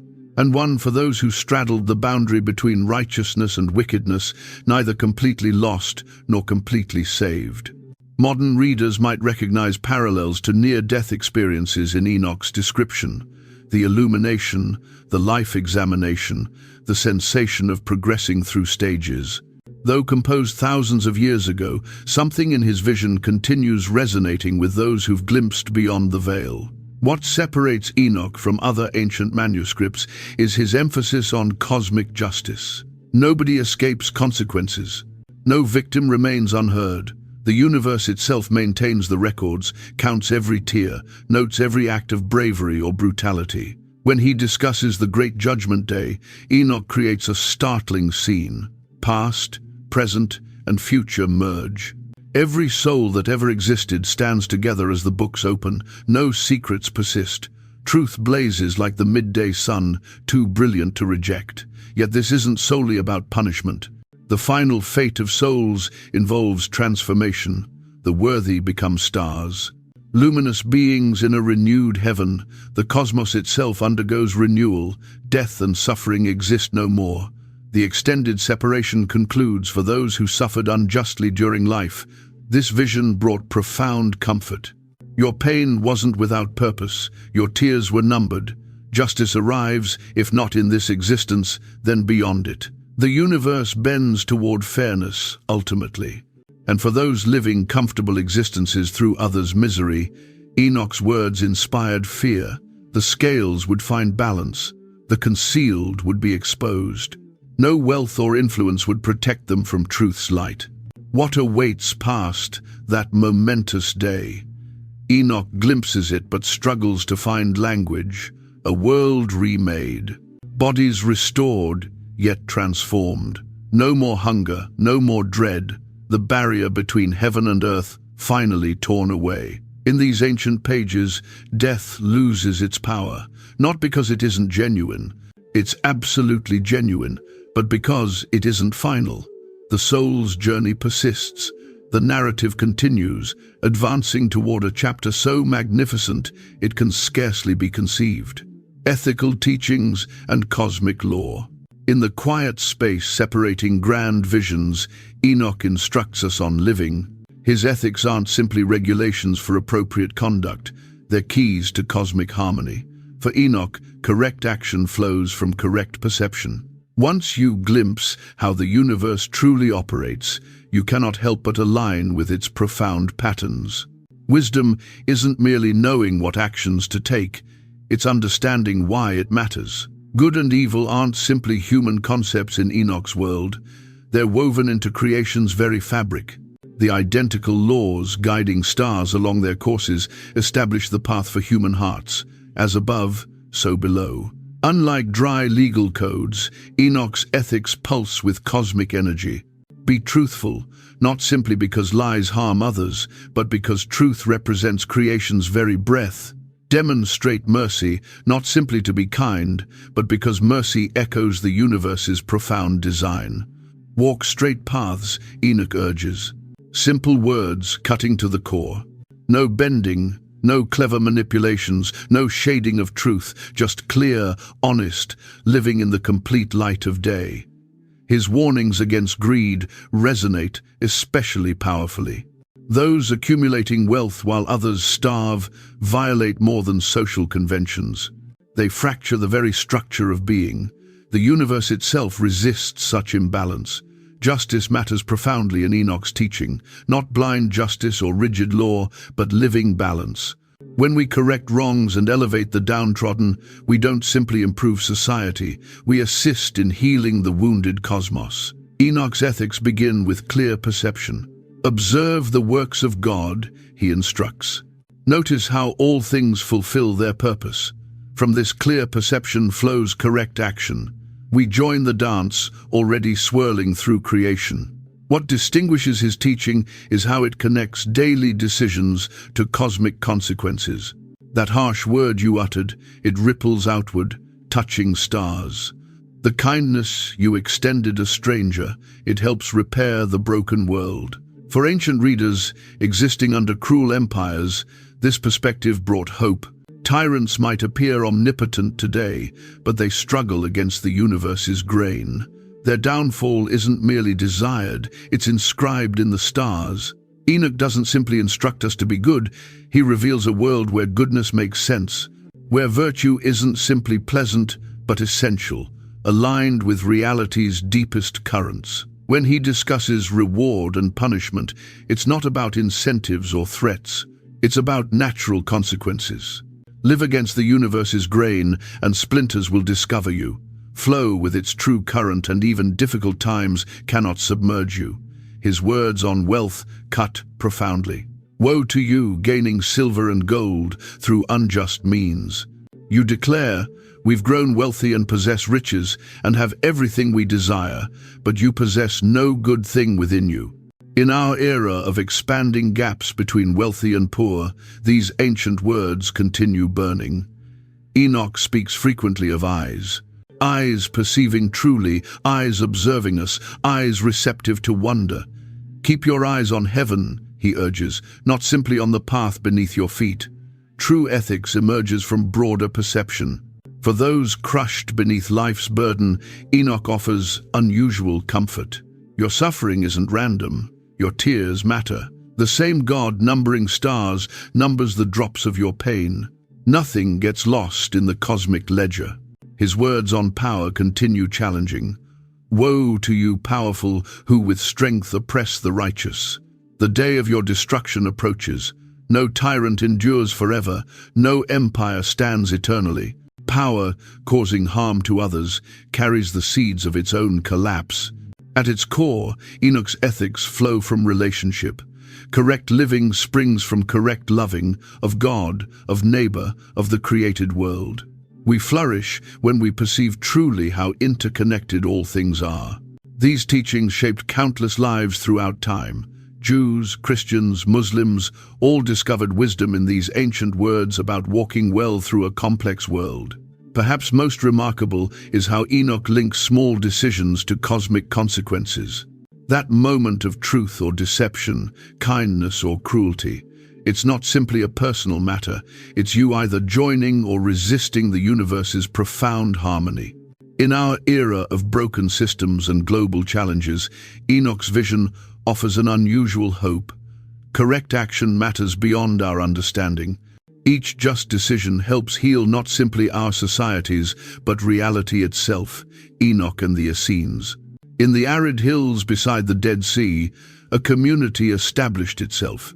The Essenes, pursuers of truth who abandoned city existence. In their isolated camps, Enoch's words discovered eager ears and receptive hearts. When shepherd boys stumbled upon ancient caves in 1947, they possessed no idea they'd transform history. The Dead Sea Scrolls, the oldest biblical manuscripts ever discovered, revealed how profoundly Enoch's visions influenced these desert inhabitants. The Qumran community existed waiting for the conclusion. They perceived themselves as the final faithful remnant in a corrupt world. Their daily existence centered on purity, prayer, and preparing for the last days. Themes echoing throughout Enoch's pages. Among the scrolls, fragments of Enoch appeared repeatedly. Not simply one or two copies, but numerous ones, proof that this forbidden book held an honored position in their concealed libraries. What attracted the Essenes to Enoch's words? Perhaps his stark division between light and dark paths matched their own absolute perspective.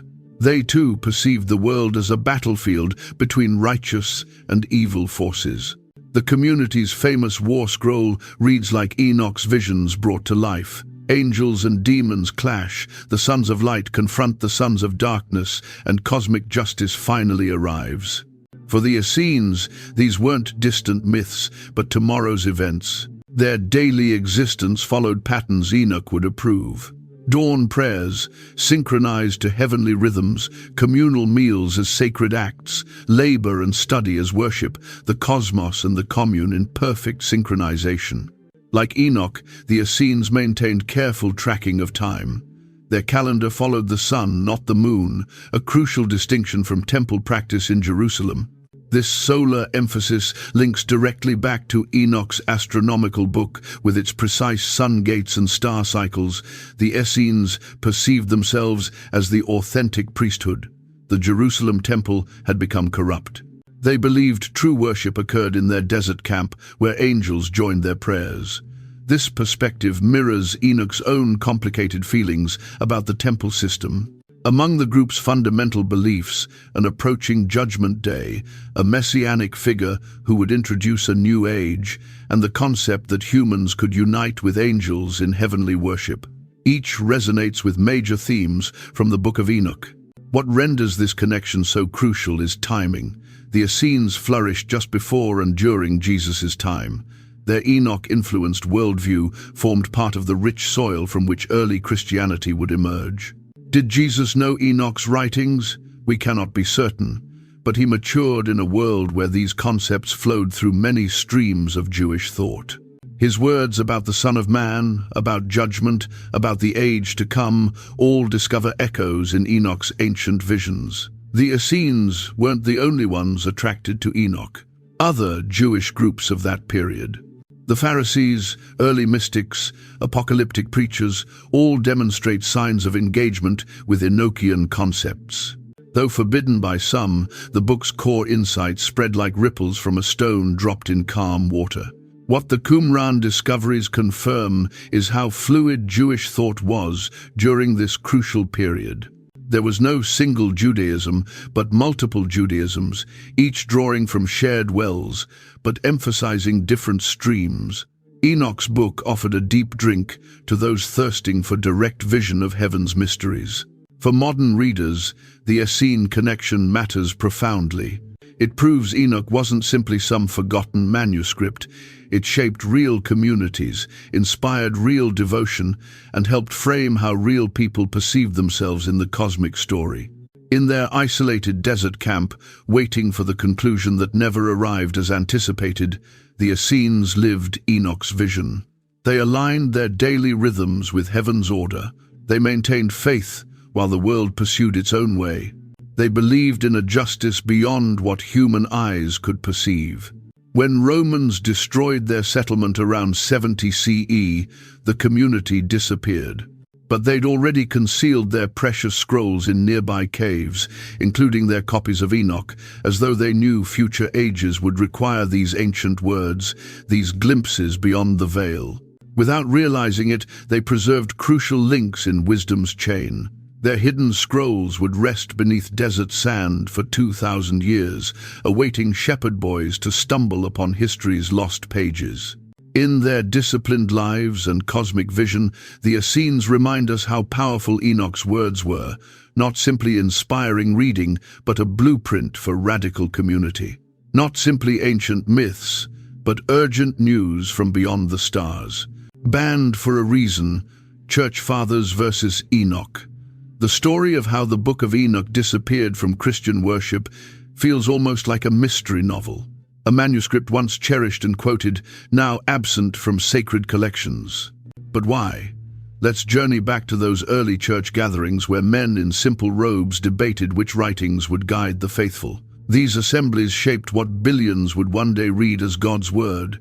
But the Book of Enoch walked a precarious line.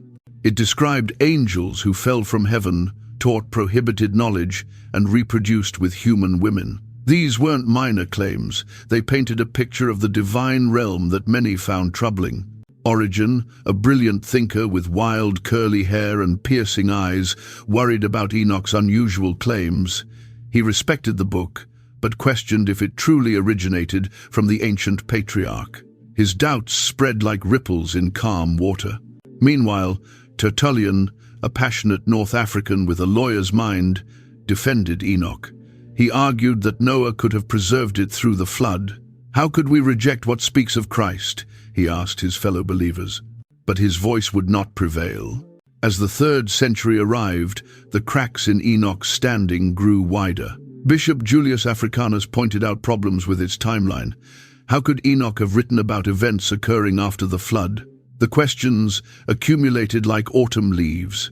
By the era of Augustine and Jerome, Enoch had fallen from favor. These towering church fathers sealed its fate.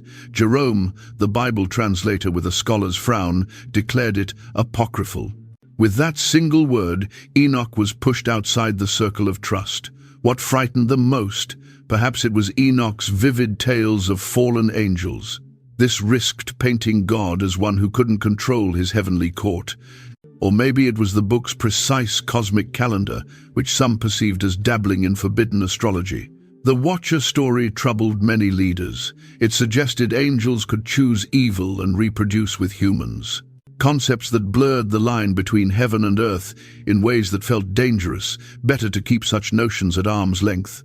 Enoch also described a Messiah in terms that didn't always match emerging Christian doctrine. As church teachings about Jesus grew more defined, Enoch's Son of Man vision seemed too loose, too open to incorrect readings. Then arrived another problem: Gnostic groups. These spiritual seekers loved hidden knowledge and secret books. When they embraced Enoch, it raised red flags.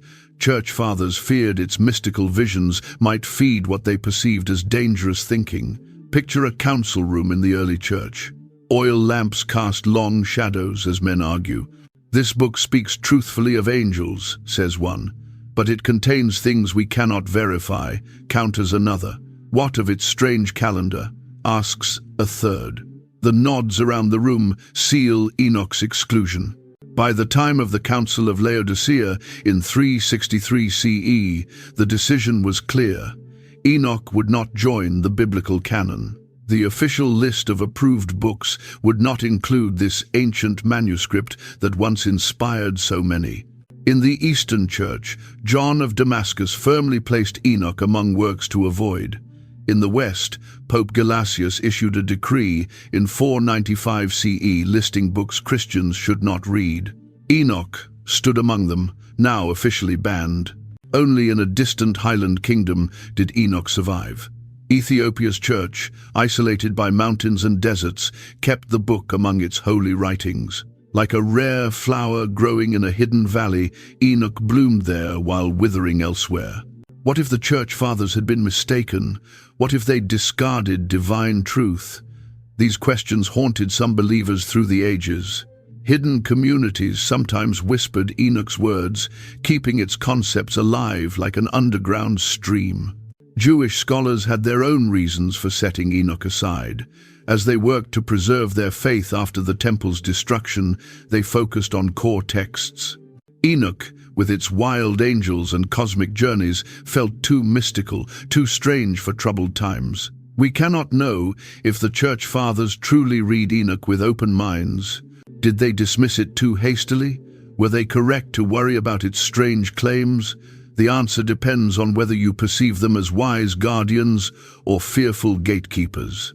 In the end, Enoch's banning tells us something important about how faiths develop. They must decide which voices to preserve and which to silence. They build fences around their core beliefs to protect them from concepts that might distort or shatter them. When James Bruce brought Enoch back to Europe in 1773, he reopened questions long settled. The forbidden book returned like a ghost from the past, asking to be heard again.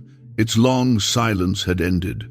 Now modern readers would face the same choice as those ancient church fathers: to welcome Enoch's strange visions or to turn away. Enoch and the origins of angels and demons.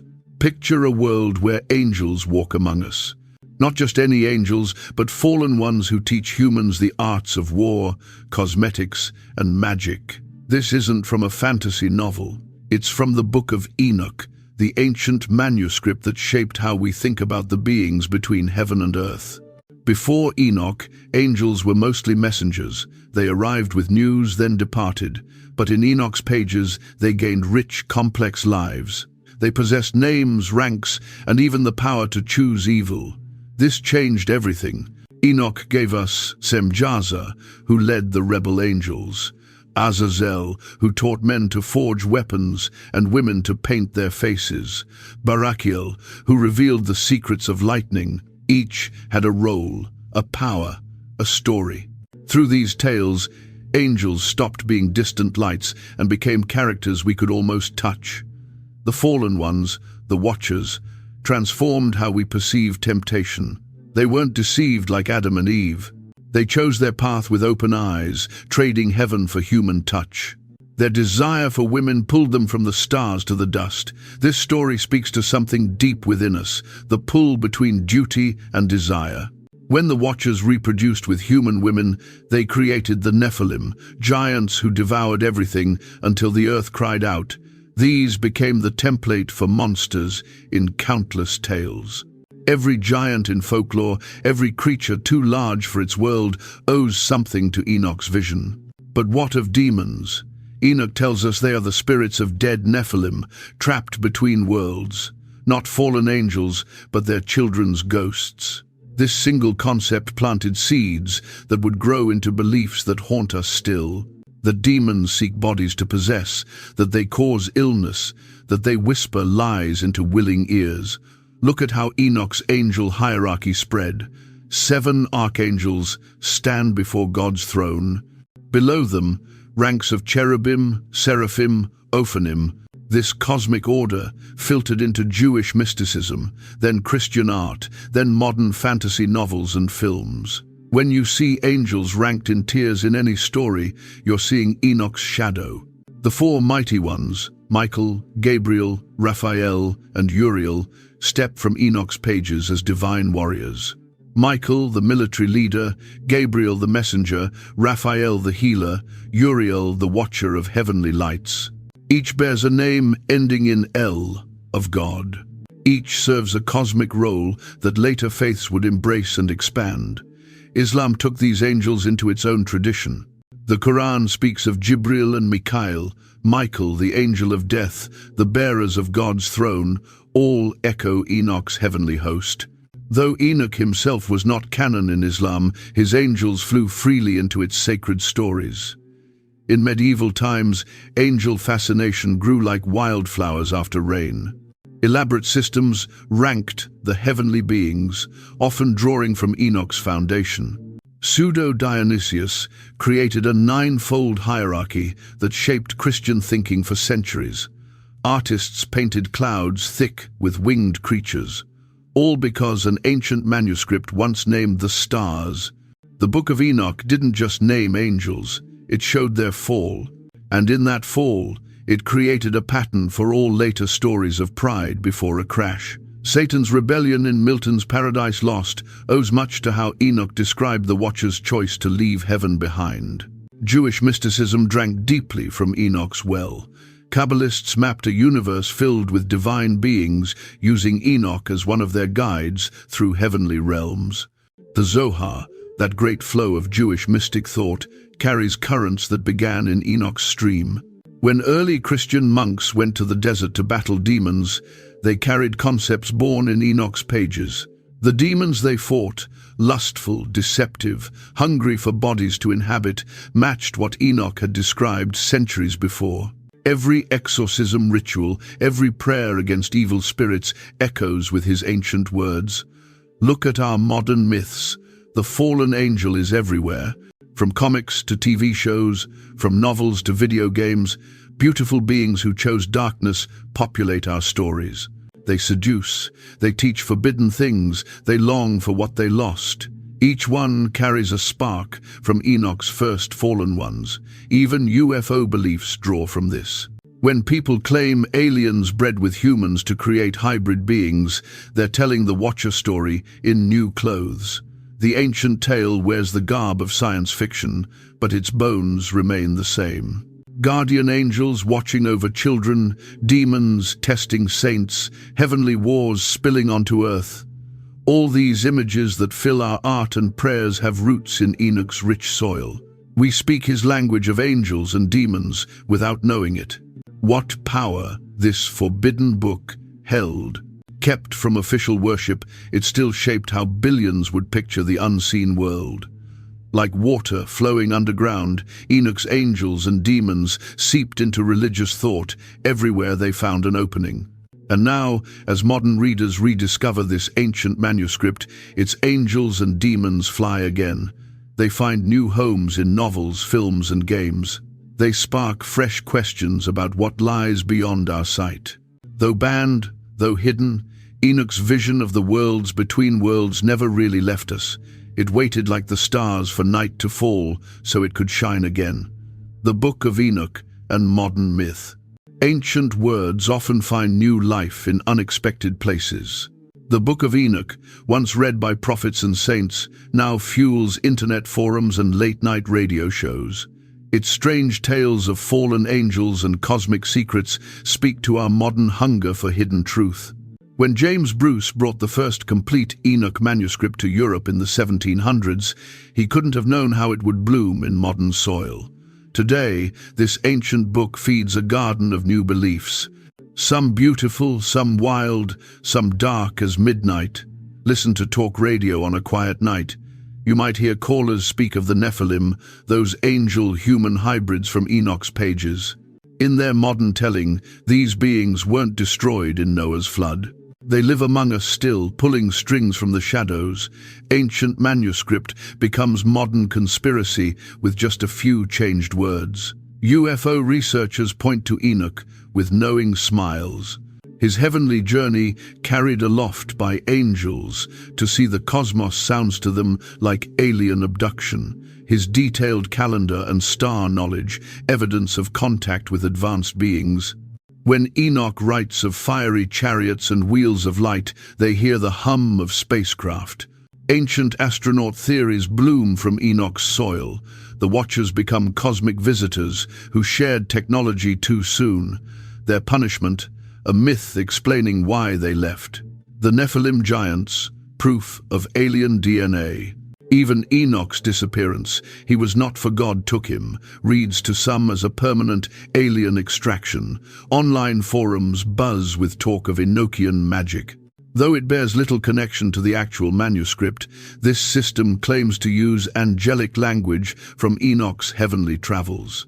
Created by John Dee in the 1500s, it draws seekers who believe Enoch brought back keys to cosmic power. New Age bookstores stock shelves with works on Enochian wisdom.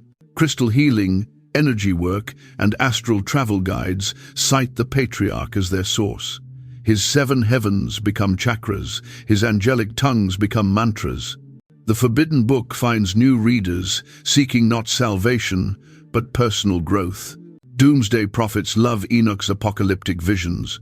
His detailed end-time scenario, with its fallen stars, cosmic fire, and final judgment, provides fuel for countless end-of-world predictions. Each new crisis becomes a sign that Enoch's clock is ticking toward midnight. YouTube channels with millions of views explore Enochian cosmology. They map his flat earth with dome above, his gates for sun and moon, his pillars of heaven. Some viewers don't see ancient myth. They see suppressed truth about our world's real shape, hidden by modern science. The Nephilim skull hunters travel to South America and the Middle East, seeking giant bones. When museums display remains of people with elongated skulls, often the result of ancient binding practices, Enoch readers see proof of angel-human offspring. Photos spread across social media with breathless captions. Nephilim found. Enoch's forbidden status feeds the flames. People love forbidden knowledge. They wonder, why would the church hide this book unless it contained dangerous truths? The very act of banning created a mystique that modern spiritual seekers find irresistible. White supremacist groups twist Enoch's tales for dark purpose. In their hands, the pure angelic line becomes a stand-in for racial purity. The Watcher's sin of mixing with humans becomes a warning against racial mixing. Ancient manuscript becomes modern hate with terrible ease. But not all modern myth-making around Enoch is so troubling. Comic book artists and fantasy writers draw from his rich imagery to create worlds of wonder. His 7 archangels, his cosmic journeys, his heavenly books all find new life in stories that honor their source while creating something fresh. Video game designers craft digital heavens and hells using Enoch's blueprint. Players guide angels through levels inspired by his 7 heavens. They battle demons born from his descriptions. The ancient vision becomes virtual reality, reaching young minds that would never read the manuscript itself. Some modern Christians find in Enoch answers to biblical puzzles. Why does Jude quote him? What does Peter mean by spirits in prison? The forbidden book fills in the accepted word. Reading groups gather online, finding in Enoch's pages a key to unlock scriptural mysteries. Jewish mystics still draw from Enoch's well. In modern Kabbalah, his heavenly journey provides a map for spiritual ascent. His transformation into the angel Metatron offers hope for human transcendence. Ancient vision becomes modern practice with surprising ease. Even academic circles feel Enoch's pull. Scholars who once dismissed him now analyze his manuscript for clues to ancient thought. His astronomical details help date ancient events. His apocalyptic visions show how end-time thinking evolved. The forbidden book becomes respected historical evidence. Climate activists sometimes cite Enoch's warnings. His vision of nature rebelling against human sin speaks to modern environmental fears. His angels weeping for a damaged earth echoes our own grief for melting ice and rising seas. Ancient worry becomes modern warning with striking clarity. In yoga studios and meditation retreats, guides sometimes borrow Enoch's 7-fold heaven as a visualization tool. Each level becomes a state of consciousness to explore. The ancient cosmic journey becomes a path for inner travel. This is how myths evolve. They shed old skins and grow new ones. They speak to each generation in its own language.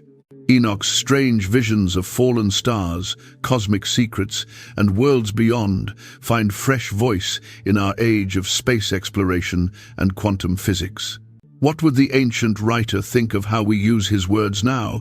Would he recognize his visions in our alien tales and conspiracy theories?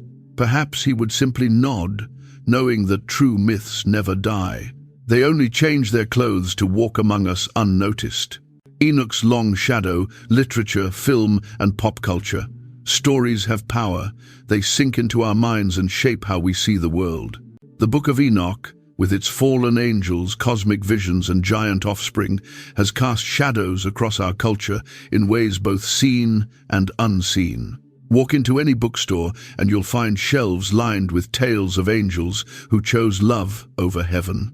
romance novels where winged beings fall for humans, thrillers where ancient secrets change the course of history, horror stories with monstrous offspring born of unholy unions. Each owes a quiet debt to Enoch's forbidden pages. J.R.R. Tolkien knew the Book of Enoch well. His world of Middle-earth echoes with its themes. The Astari wizards sent to guide Middle-earth mirror Enoch's watching angels. The fall of Numenor recalls the Watcher's doom. The seeing stones that show distant visions echo Enoch's heavenly windows. Even Tolkien's creation myth in the Silmarillion, with its music of the Ainur, carries notes from Enoch's cosmic song.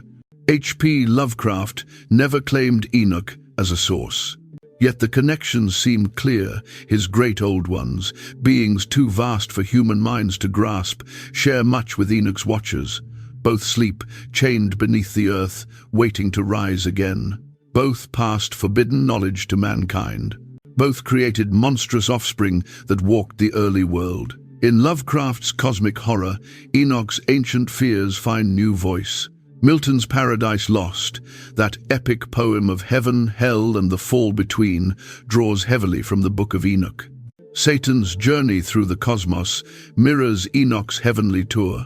The fallen angel's lust for human women echoes the Watcher's sin. Even the war in heaven unfolds, much as Enoch described it, with rebel angels cast down by heavenly force.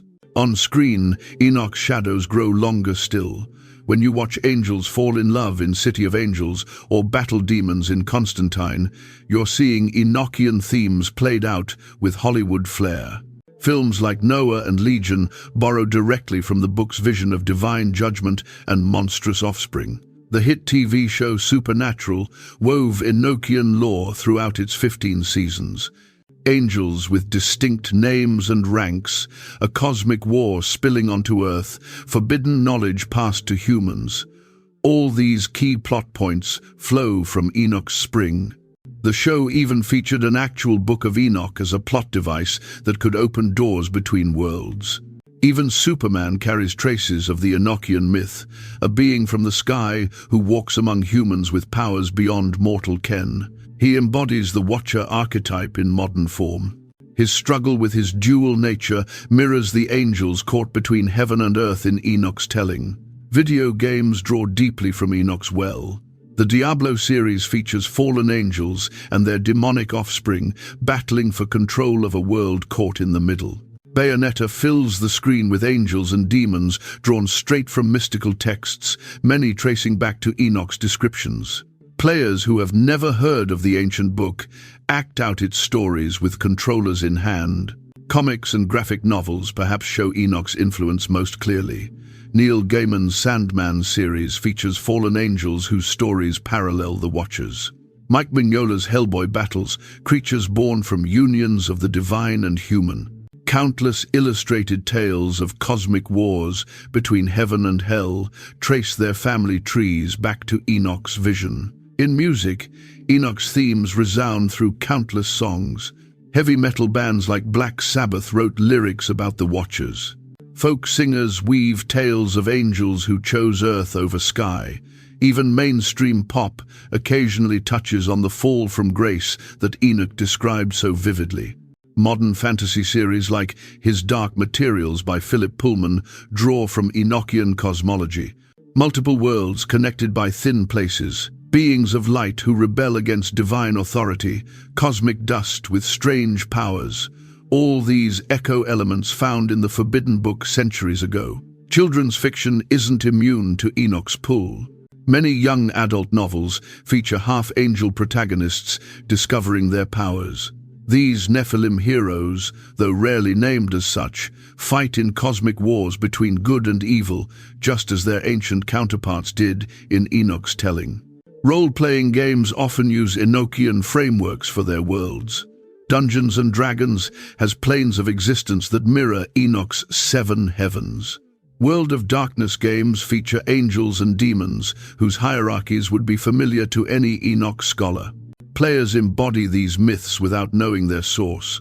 Horror films about possession draw directly from Enoch's concept of disembodied spirits seeking human hosts. When a movie shows a demon trying to claim a body, it follows the path laid out in Enoch's description of the Nephilim's restless ghosts. But Enoch's influence runs beyond simple borrowing of plots and characters. The book shaped how we think about cosmic justice itself. Its vision of a universe where wrongdoers face judgment, not just in this life but beyond, has become bedrock in Western thought. Its message about hidden knowledge carries through our stories too. From Indiana Jones searching for the Ark to National Treasure's hunt for secret maps, our tales often turn on the idea that truth lies just below the surface, waiting for worthy eyes. This, too, comes from traditions like Enoch, where heavenly secrets were shared with chosen seers. Perhaps most powerfully, Enoch gave us the concept of apocalypse as we know it. Not just an ending, but a revelation of truth, a pulling back of the veil. Every dystopian novel, every end-of-world film, every story where hidden systems are finally exposed, all owe something to how Enoch framed his visions of final days. The Forbidden Book shaped even how we picture heaven and hell, the circles of punishment, the ranks of angels, the throne rooms of God. These images that fill our art and literature took form in texts like Enoch before finding their way into wider culture. This is the true power of ancient myths. They don't die when religious authorities reject them, they just change form, flowing into new channels, feeding new fields. Enoch's visions of cosmic order and disorder, of beings caught between worlds, of secrets hidden and revealed, still shape the stories we tell around modern fires. What if Enoch had stayed? Let's play with time for a moment. Imagine a world where the Book of Enoch was never banned. A world where it sits between Genesis and Exodus in every Bible. A world where children learn about the Watchers alongside Noah and Moses. How would this world differ from our own? In this other world, the line between angels and humans blurs. Churches teach that heavenly beings once walked among us, took human wives, and shared divine secrets. The clear borders between heaven and earth, so firm in our world's main faiths, grow misty and thin. Sunday school lessons include the tale of 200 angels who gave up heaven for love. Preachers speak of Semjaza and Azazel alongside Gabriel and Michael. Children draw pictures of the Watchers teaching early humans to make swords and mirrors, to read the stars and cast spells. In university theology departments, scholars spend careers studying Enoch's detailed cosmology. His strange calendar with its 364 days and portal gates for the sun becomes as widely known as the Genesis creation story. His 7 heavens appear on classroom walls, where our world might show solar systems. This alternate world's art looks different too. Renaissance painters don't just show serene angels carrying messages. They paint the Watcher's fall, the giant's rampage, Enoch's journey through the crystal halls of heaven. Michelangelo's Sistine Chapel might show God commanding the archangels to chain the rebels beneath the earth. The cosmos itself looks different to people in this world. They grow up seeing stars as sentient beings who can sin and face judgment. They learn that natural disasters might come from angels bound beneath mountains, straining at their chains. The border between myth and science stays fluid longer. Religious movements take different turns. Early Christian Gnostics, who loved Enoch's mystic visions, might not have been pushed to the edges of the faith. Their focus on hidden knowledge and cosmic journeys might have become central rather than suspect. Christianity might have kept more of its mystical roots. Jewish mysticism would stand in a different light too. The Kabbalah, with its visions of divine realms that mirror Enoch's heavens, would not seem like a later addition to Jewish thought. Instead, it would appear as a natural outgrowth of texts always at Judaism's heart. The very notion of canon would shift, with Enoch included. Despite its strange claims, other texts might have found welcome too. The Gospel of Thomas, the Shepherd of Hermas, the Pistis Sophia, all might have remained in wider use. Sacred libraries would grow thicker with voices once silenced. Would faith be stronger in this world or weaker? On one hand, Enoch's vivid cosmic drama might have kept more people engaged with religious stories. On the other, his strange claims might have made the whole tradition seem less trustworthy to modern minds. Perhaps both would be true for different people. Angels would play larger roles in daily faith. If the watchers could fall through wrong choices, then the angels still serving in heaven might seem more like us, beings with free will who chose to stay true. Prayers might address them more directly, asking for wisdom from those who remained faithful when others fell. The idea of fallen angels teaching forbidden knowledge would change how cultures view learning itself. Would science face more resistance seen as touching on secrets angels were punished for sharing? Or would it gain religious blessing as the completion of what the Watchers began? Different faiths might choose different paths. Our modern myths would grow from different soil without the need to rediscover and reinvent Enoch's forbidden ideas. Would our vampire tales, alien abduction stories, and superhero sagas take different forms? The need to disguise ancient myths as new inventions might fade. Political movements would find different sacred supports. Enoch's clear vision of cosmic justice, where the powerful face divine punishment for harming the weak, might fuel movements for social change. His vision of final judgment, where kings and rulers are cast down, could inspire those fighting oppression. Environmental awareness might follow a different path too. Enoch describes the earth itself crying out to heaven because of human sin. This personification of nature as a being that suffers and speaks might have fostered deeper ecological thinking within faith traditions. The gap between religious and magical thinking might never have grown so wide. Enoch's angels teach astrology, herbcraft, and cosmic secrets.